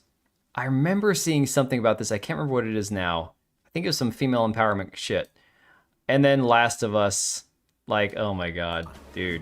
For Best Narrative, the outstanding nominees are Claire Obscure Expedition 33, Death Stranding 2, On the Beach, Ghost of Yotei, Oh my god. Kingdom Come Deliverance 2, and Silent Hill. Kingdom Come Deliverance 2 could have won Best Narrative if they didn't have so many writers. Because again, like we've talked about, so much of the crap that happened in that game where they just went off the deep end by trying to be like, okay, let's try to put stuff in there journalists would like, and even if it pisses them off, we can say we've still put it in there. So much of the stuff that went off the rails with this game was too many writers. So I don't think this game has a chance at winning Best Narrative. Honestly, I think Expedition 33 would be likely to win this one, but I wouldn't be surprised if it was Death Stranding or Ghost of Yotei. Wouldn't surprise me one bit, because again, if they can't win Game of the Year, they're going to give it to the alternate Best games. Community Support celebrates game developers who continually Yeah, and Silent Hill transparently Futa. engage, support, and respond to their players. This year's nominees are Baldur's Gate 3. Well, Visser, the thing about Game Awards in general is that it's kind of like how the media does this with like actors and stuff in Hollywood do this with their Golden Globes and the Academy Awards shows and the Oscars. It's a circle jerk, right? It's like we're all going to get together and pat each other on the back and say how amazing we are. If you talk to like indie developers or AA developers, people who don't get recognized at these award shows, they couldn't care less, because on one hand, they might secretly hope one day to be on this level. On the other hand, they realize that this shit is just these guys, these self-important retards, kind of like jerking each other off. So Final Fantasy XIV, Fortnite, Helldivers 2, and No Man's Sky. Best community support. Your What the hell is nominees that? for Games for Impact. Okay. Games for Impact. Here you go.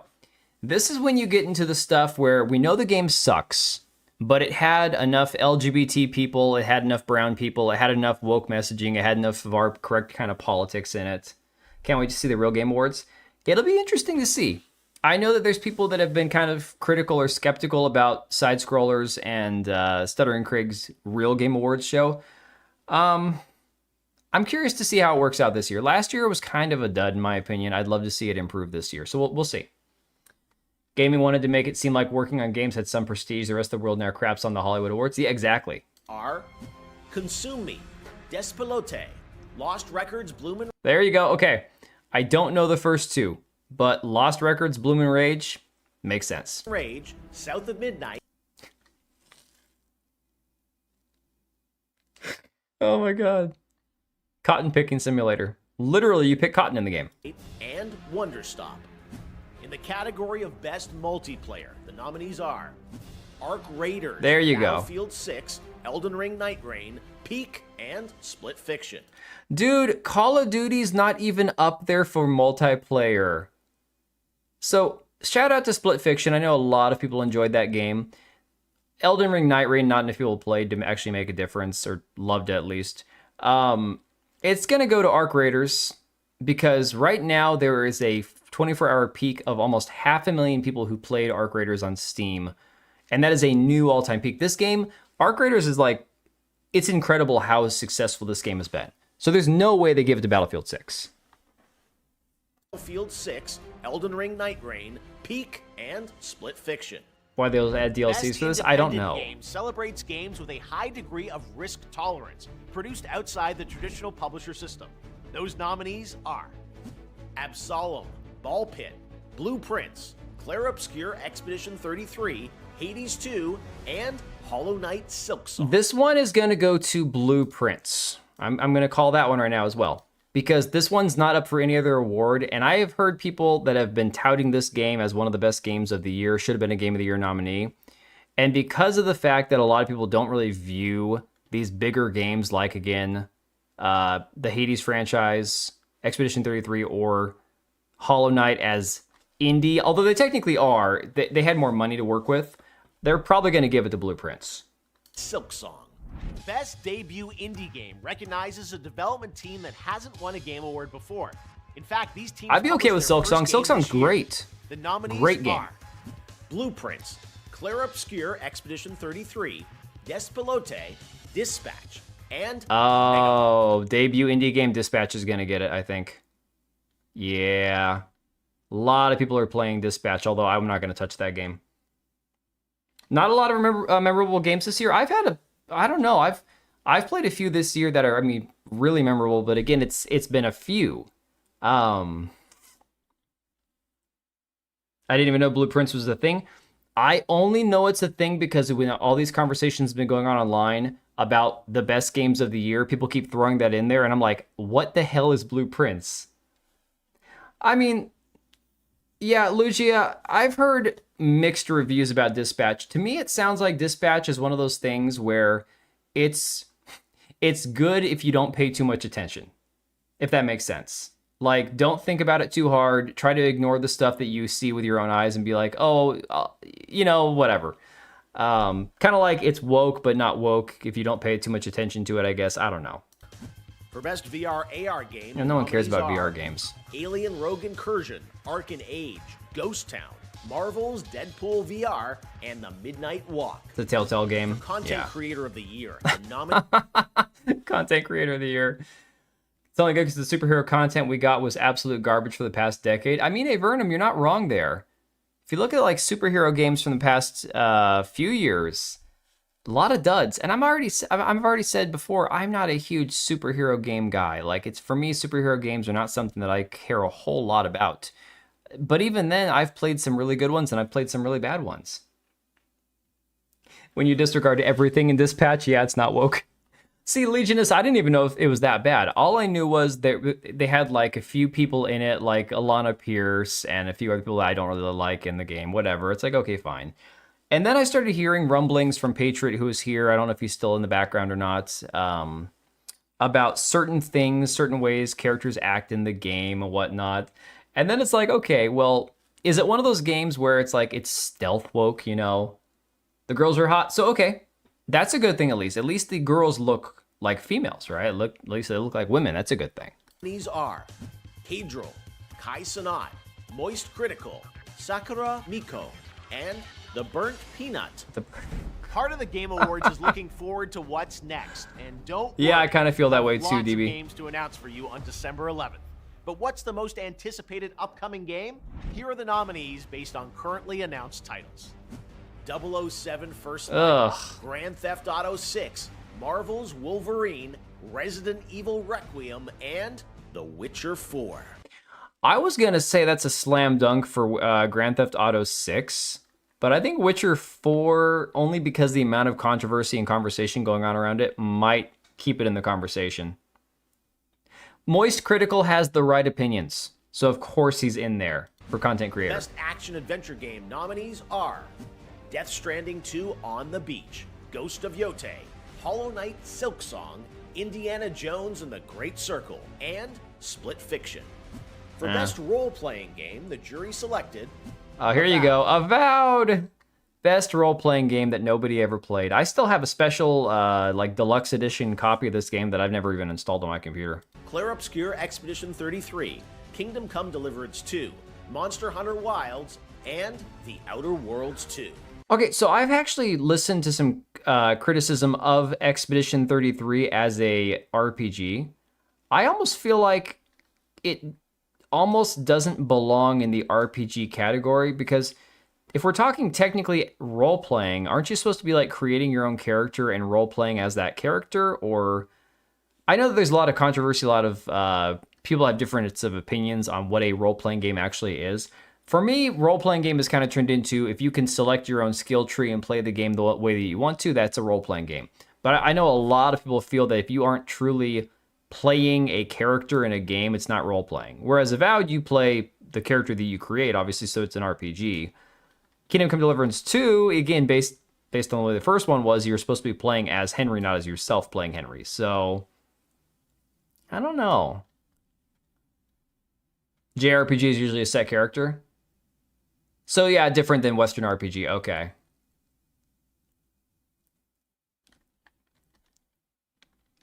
I remember we got like one cutscene in, we were like, oh, they're just shoving it in your face. Are we talking about Dispatch still? Avowed in the Outer World 2 were even on the list. RPG is about player choices, not just character creation. Okay. See, I know that a lot of people have a difference of opinion on that. I look at anything where you can make your own choices, choose your own skill tree, play the game the way that you want to. I mean, technically, if you think about it, based on the way that the game is set up, you can actually kind of treat Breath of the Wild or Tears of the Kingdom almost as open world RPGs. Given the fact that you can choose to do quests, you can, again, play at a different style and all that, but no, you're not creating your own character. So, very story-heavy games where you take the role of the heroic main. Modern RPG means create your own... Okay, so it's just a difference of interpretation, I guess. All right. The Outer Worlds 2. In the category of Best Fighting Game, the nominees are... Right, 2XKO, Mario, yeah. Capcom Fighting Collection 2, I Fatal truly Fury, don't care about City of Best the Fighting Wolves, Game. Mortal Kombat Legacy Collection, and Virtua Fighter 5 Revo World Stage. The nominees for Best You can Action bitch slap Game God in an are JRPG. Battlefield Best 6, action game. Doom the Dark Ages, Hades 2, Doom ain't winning. Ninja Gaiden 4, and Shinobi Art. I think Ninja Gaiden has got it in the bag. Wouldn't surprise me if Battlefield 6 wins, but I think they're going to give this one to Ninja Gaiden. 4, and Shinobi Art of Vengeance. Innovation and accessibility celebrates games. Technically, any first-person shooter is an action game because you're doing an action. I mean, that's kind of a retarded thing to put it. There should be a first-person shooter category, right? So Games that are making our industry available and enjoyable to more people. I don't know if they have shooter category or Innovation not. and accessibility Oh are God, innovation and Assassin's accessibility. Creed Shadows, Atomfall, Doom the Dark Ages, EA Sports FC 26, and South of Midnight. Oh my God, South of Midnight and Assassin's Creed Shadows both got the Innovation and Accessibility Award nominees. Oh my God, dude. Next up, Best Family Game. The nominees Split are Fiction. Donkey Kong Bonanza, Lego Party, Lego Voyagers, Mario Kart World, Sonic Racing Cross Worlds, and Split Fiction. There ain't no way Mario Kart World's winning. Capcom Fighting Collection 2 all the way. Dude, I wish I actually paid more attention to fighting games because I love the traditional like Mortal Kombat, Street Fighter type games, and I've played a hell of a lot of Smash Brothers in my time. but I just don't even pay attention to fighting games anymore. And thanks for the 2 Lugia, buddy. I appreciate you. Retard friendly and boss skips. That's exactly it. The accessibility side of it. Participation trophy. Adam Fall deserves a win. Oh, I forgot about Adam Fall. Yeah, I saw the name on there. For some reason, I couldn't think of what Adam Fall was. I'm like, oh yeah, it's kind of like that Fallout type game, right? Original Legends of Zelda was considered an RPG, though nowadays it'd be considered an action game or at least an ARPG. The best sim strategy Action game RPG, nominees my are god. The Alters, Final Fantasy Tactics, Ooh. Ivalice Chronicles, Jurassic World Evolution 3, Sid Meier's Civilization 7, That one ain't winning. Tempest Rising, and 2 Point Museum. I think These games are nominated the for Best Alters will win Sports that Racing one. Game. People love that EA game. Sports FC 26, F1 25, Mario Kart Mario World, Kart. Rematch, and Sonic Racing Crossword. God, can you imagine if Mario Kart doesn't win the racing game category? Oh my god, Nintendo will be so salty. Now the nominees in our 3 esports categories, starting with Best Esports Game. The nominees are Counter-Strike 2, Dota 2, League of Legends, Mobile Legends Bang Bang, Presents and are the Valorant. best way to show The someone nominee. how much. Wait, what was that category? It is like this tangible thing that you Esports. can Oh my point to god. and say, "Hey man, I love you. This many dollars worth." Duckov or bust.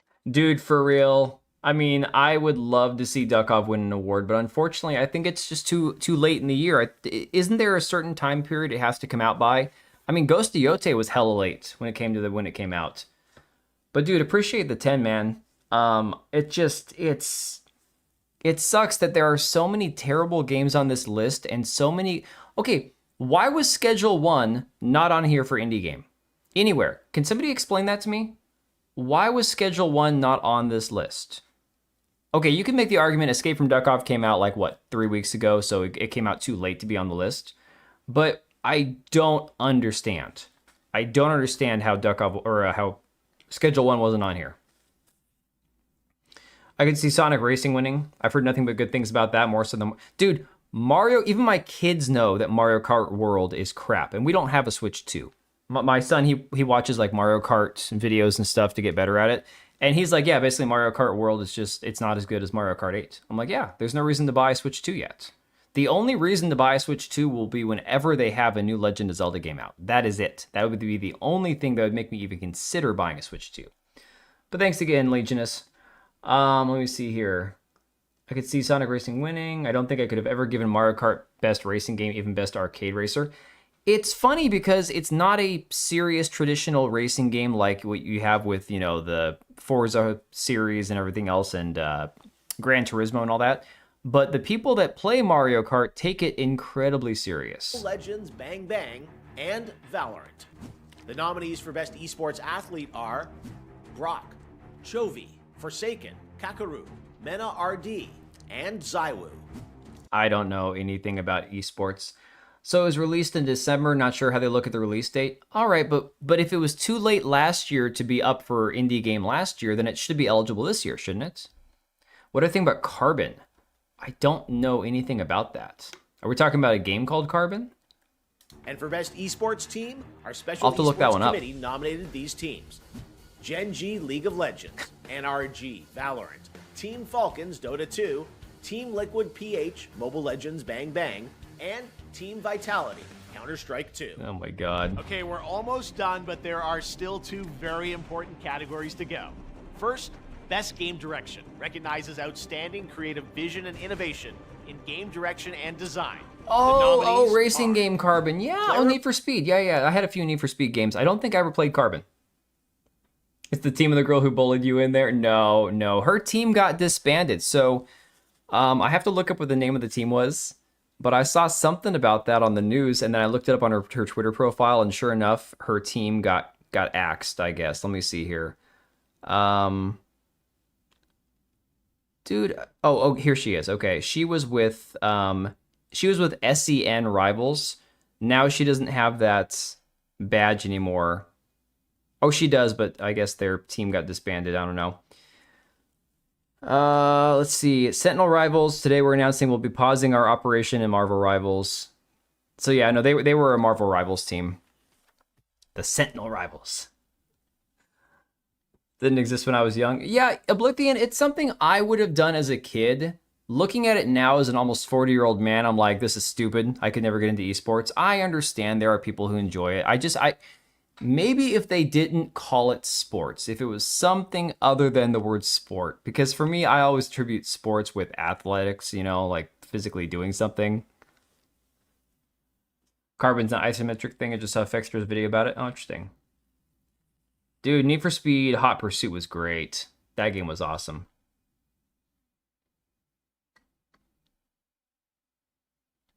Obscure Expedition 33, Death Stranding 2 On the Beach, Ghost of Yotei, Hades 2, and Split Fiction.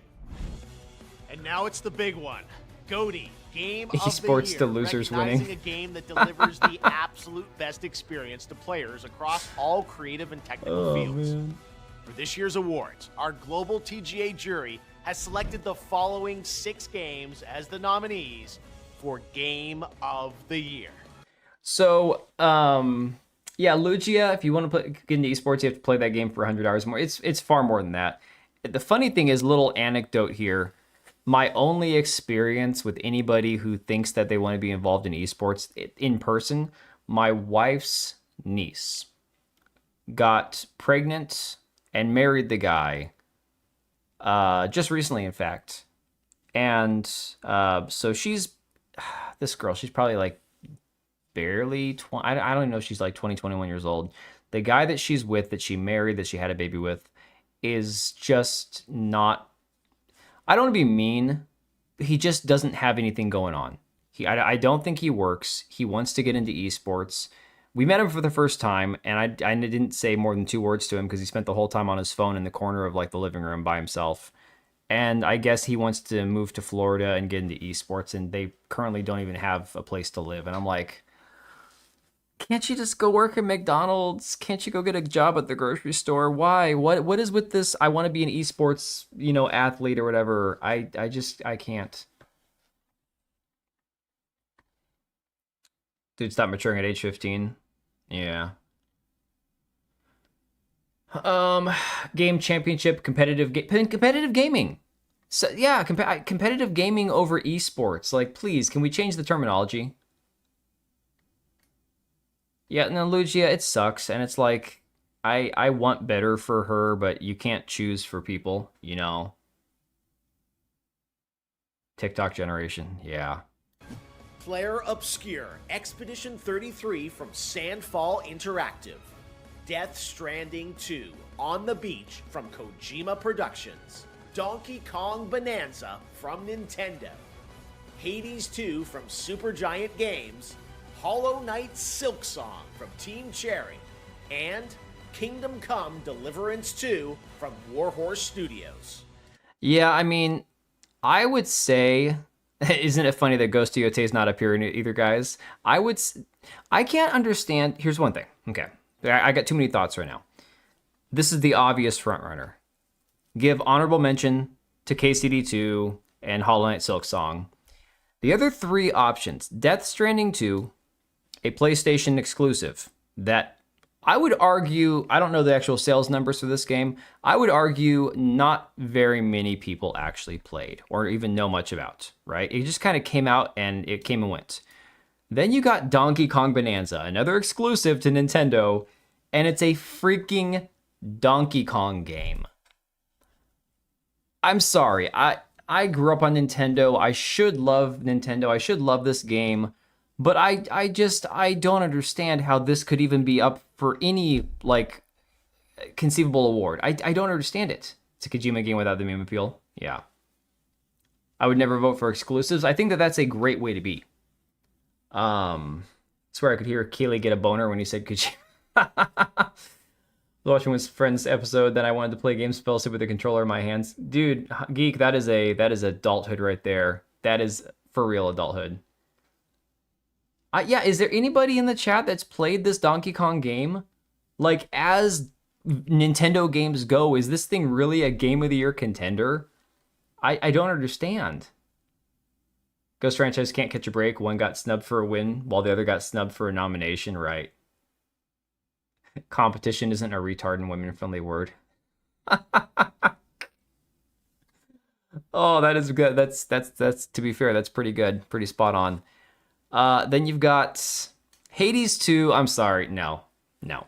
I loved Hades 1. Really enjoyed it. I almost beat it. I got to the end. I got to Hades twice.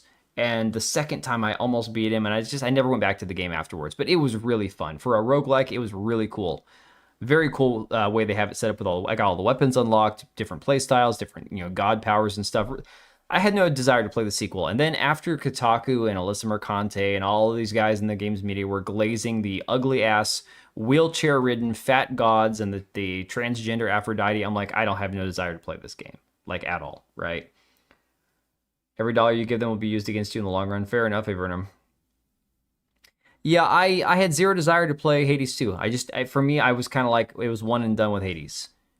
And then, yeah, Hollow Knight and KCD2 are obviously up there because they have a large amount of success and a large following, but just not on the same level as Expedition 33. And Kingdom Come Deliverance 2 from Warhorse Studios. There you have it, your nominees for Game of the Year. And now that those are official, you can anticipate Lauren Balfe and the Game Awards Orchestra. Wait, was there another category? Their themes as part of our musical salute to the nominees live on December 11th. But before that, we need your help to decide which nominees become the winners. He said that there was 2 categories. Oh, he must have done both of them already. Wow. Yeah, so I don't know, guys. I kind of feel like Expedition 33 could run like the gauntlet and just take everything, but I'm not going to say that and feel like 100% confident that it's not going to somehow go to Death Stranding 2 or freaking Ghost of Yotei for some of those. I don't know. It's a very weird group. I feel very, very confused about some of these categories with some of the games that they have in them. Not going to lie. Sometimes it's a little bit weird to look at. Oh yeah, comics and video games are the easiest industries activists can hijack. Well, because Hollywood has always been woke as hell. So, all right, Empress, no worries. So for me personally, it doesn't shock me when I see a really shitty Hollywood movie come out that's pushing an agenda. It's always been that way in Hollywood. It's always been that way. I vote for Jeff to stop being a putz. Problem with esports was that Activision tried to force it with HOTS and Overwatch League and then dropped it like a bad habit. Yeah. Well, esports is just such a tough thing because you have to somehow get the sponsorship, the viewership, the amount of time and money invested and get an audience that actually wants to watch. It's kind of like streaming. Everybody wants to be a streamer. Everyone wants to be a content creator. Everyone wants to be an esports star. But that also requires people to want to watch you or consume your content. And that's the hardest part, is finding an audience, right? Smash points out half the games nominated for Game of the Year at 2025 Game Awards are from indie developers, which is pretty cool. I mean, I think that's a win. That's a W, no matter how you slice it. Game Awards official Game of the Year nominees. Obviously, Claire Obscure is going to win no matter what. Let's be for real. I don't know. Endymion might be wrong about that one. I don't think it's a definite. It's probably, I'd say 60% sure that they're going to win. The fact that that game didn't get nominated, he's talking about Ghost of Yotei, obviously. Yeah, Dr. Disaster, Yotei didn't get nomination. Ghost of Tsushima was nominated for Game of the Year. Ghost of Yotei was not. Jin Sakai remains the GOAT. I thought Ghost of Tsushima got snubbed for Game of the Year, didn't they? I can't remember. They got nominated, but they didn't win, I think was the key there. Oh yeah, somebody's saying Ghost of Yotei is peak. Meanwhile, all you do is press the same button over and over again to assassinate people. See, I mean, this is the thing. I don't know how different that was from the first game, because I barely got through the first few hours of Ghost of Tsushima before I was like, okay, pretty game, good soundtrack. I'll come back and play it some other time. Like, I just didn't have any desire to keep playing it, right? Let me see. I could agree with that take on it. This is the reason I don't like watching any Major League sports. I'll watch college or minor league because they actually are trying. Yeah, that's fair. Smash and Endymion are like hens in a hen house on that Twitter. They can be. First game made you work to get in ghost mode and subsequent assassinations. Yeah, no, this is truly like the video the guy showed was just like press triangle, kill person, press triangle, kill person over and over. Tectone says Expedition 33 deserves Game of the Year because it did something no one thought was possible. It made people like the French. Dude, that right there might be the most underrated aspect of Expedition 33. All the jokes that people like to make about French people And nobody's saying shit about the fact that the game was made by a French studio, that the game features French, characters. Tsushima was a bit overrated, but since it was a major Sony thing, I think it got pushed hard. Right, exactly. So, yeah, I heard Thief were good games. I've heard a lot of good stuff about it. Let's see here. Kingdom Come Deliverance. Yeah, Very Dark. Oh no, anyway, Game Awards starter pack. Yeah, the games that are nominated, but you're not going to care. Actually, Pokemon Legends ZA didn't get nominated for anything. Neither did Borderlands 4. These two, again, Assassin's Creed Shadows and Avowed were just for like RPG and accessibility. I mean, some of these things I can definitely agree with, but I want to get to one of these. Oh, Black Viking pissed off that South of Midnight didn't get Best Score in Music nomination. Dude, you got the accessibility category, or whatever the hell that was. The being black category. Just be proud of that, right? Content Creator of the Year. Here you go. This was the L take by Cabrutus I was mentioning earlier. I never cared about the Game of the Year award because it's not about celebrating games or gamers. It's about celebrating themselves. Fair enough. Fair enough with that take, right? That being said, I really hope any of these games wins except Expedition 33. If it does, the fan base will become even more insufferable than it already is. Fed Up Majority says, incredibly bad take. Clear Obscure was an amazing game made by passionate devs who left AAA to do something they cared about. Everyone should be rooting for that game to win. His response was, many great games didn't win Game of the Year. I'm like, dude, this is such a jacked up take. What was this here? Game Awards nominees. Oh yeah, Scrappy the Rooster on Twitter saying Arc Raiders isn't nominated for Best Audio Design because they're afraid of backlash over the game utilizing AI. There's absolutely no other explanation. This is probably true, guys. When talking about the audio design category and Arc Raiders having such great audio design, they probably didn't get the nomination because of the fact that there was all that controversy over AI. Oh no, Tekla, but the thing is, a lot of games have insufferable fan bases. But the thing about Expedition 33 that I've noticed is it's across the board. There's a lot of people who love the game. People who didn't typically play turn-based games. People like me who has always played turn-based games off and on. Not something like it's the only thing I play, but it's a mix of games that I play. And people who have loved turn-based games. So it just seems to me to be one of those, well, I'm butthurt because people have unfairly criticized the type of game that I like playing, and so I can't root for this one that's in the same category.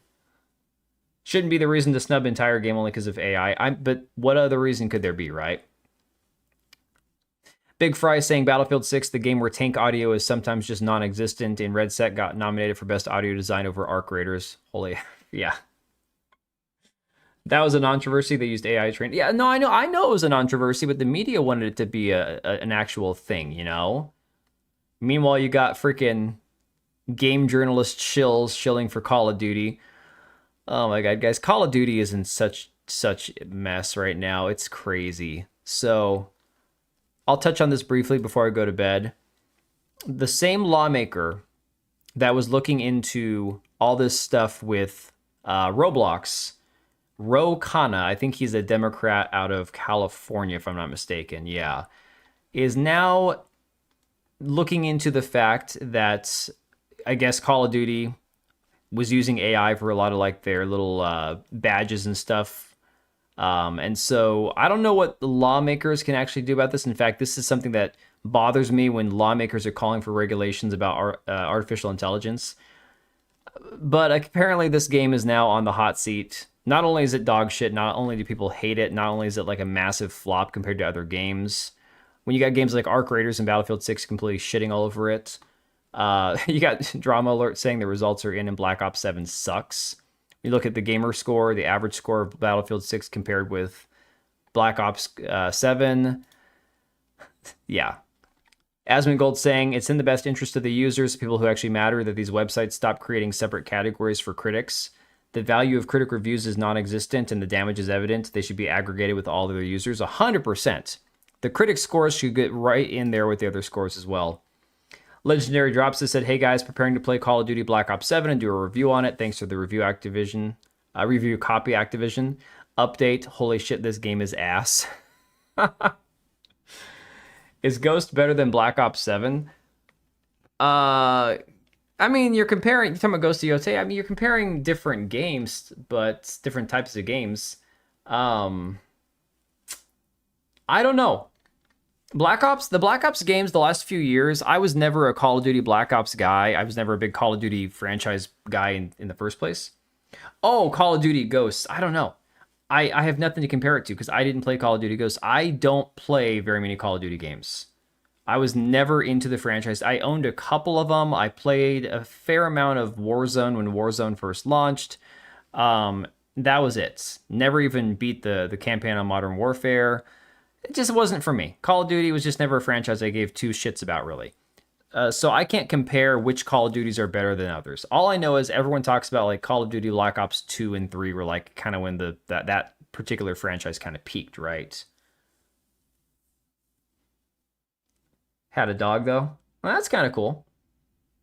But that being said, in a shooting game, your dog gets shot once, they should be dead. So if we're going for realism, having a dog in those games probably not a good idea when you got guys who are just shooting everywhere. Oh man. Yeah, but that was the thing though. I remember Call of Duty added that as well in Warzone, where you could have like a dog sidekick for your finishers and stuff. Just strange.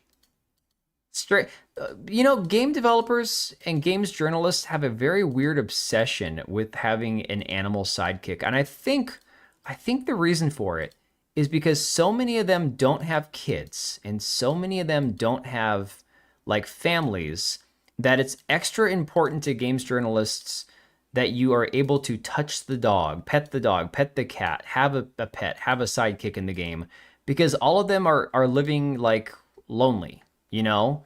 So it's very likely in that situation that it's just like, oh, we need to be able to pet the dog, pet the cat or whatever, and it's retarded. I don't get it. I'll never understand it, personally. Call of Duty Modern Warfare 2 was peak. Zap the dog. Don't zap the dog, man. Yeah. Don't zap. No, DB, we're back up to 12,000 subs, man. Damn it, I was just under. Now we're back at it again. We'll see. No wonder the game journalist loves Pokemon, yeah. Well, I'm going to redirect my stream over to, let's see. Screw my goals, damn it. I'm going to redirect to whoever is live. I know Empress is live. We've redirected to her a few times, though. Philip Chan is live. Let's go over to Cinevere's channel. She is Words of Paradise's co-host. Big booby VTuber avatar, so nothing wrong with that, right? Let me see here. All right, we'll save that for the redirect. To be fair, I will have petable guns in my game. Petable guns, that sounds like Pal World, man. Gun gooning is a thing. I mean, as a resident gun gooner, I 100% can confirm gun gooning is a thing. Girls Frontline is a thing, yes. Yeah. Little things add up with the immersion. See, it's not that I have an issue with having petting being a thing in a game. I don't know why the journalists obsess over it. That's my issue. Why is it, oh my god, you get to pet the cat in the... Who cares? It's just one more little feature. It's a cool little gimmick, okay? It's like, that's great, that's awesome. Whatever, who cares? I don't understand. And I think it has to do with the fact that they're all lonely. That's got to be it. I hear Booby, I sound like Scooby. Huh? The big chested thralls I beat down and drag back to my base in Conan Exiles. Oh man. Yeah, it sucks, pets over kids. Pets definitely can, well, sometimes they're expensive, but they usually are cheaper than kids. It's usually easier to have pets than kids. But not always. I've had some pets that were high freaking maintenance. Oh my god, some pets that were terrible when it came to the upkeep.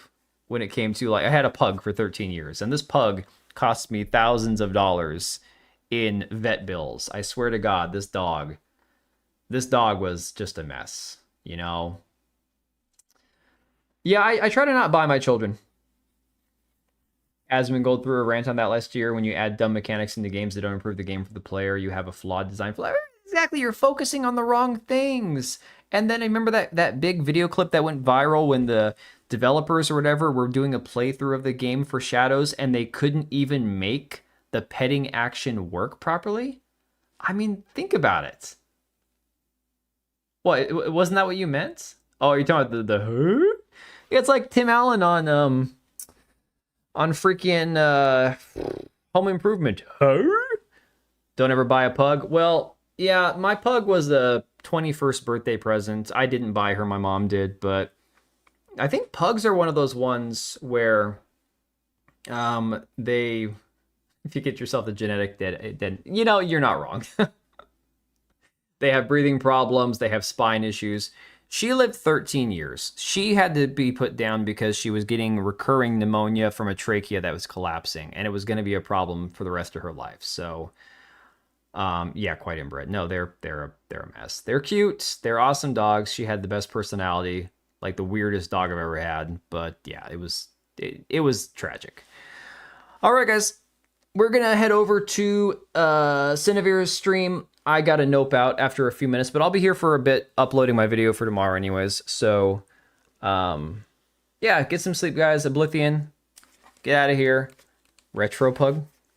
Oh, yeah, no, the pugs were different back then. That's for sure. They were a different thing. So I'm going to go ahead and end the stream. I'll go over to her stream and let her know. And I will see you guys hopefully either on Wednesday or Friday if I feel up to streaming. All right, guys, have a good night. Thanks for hanging.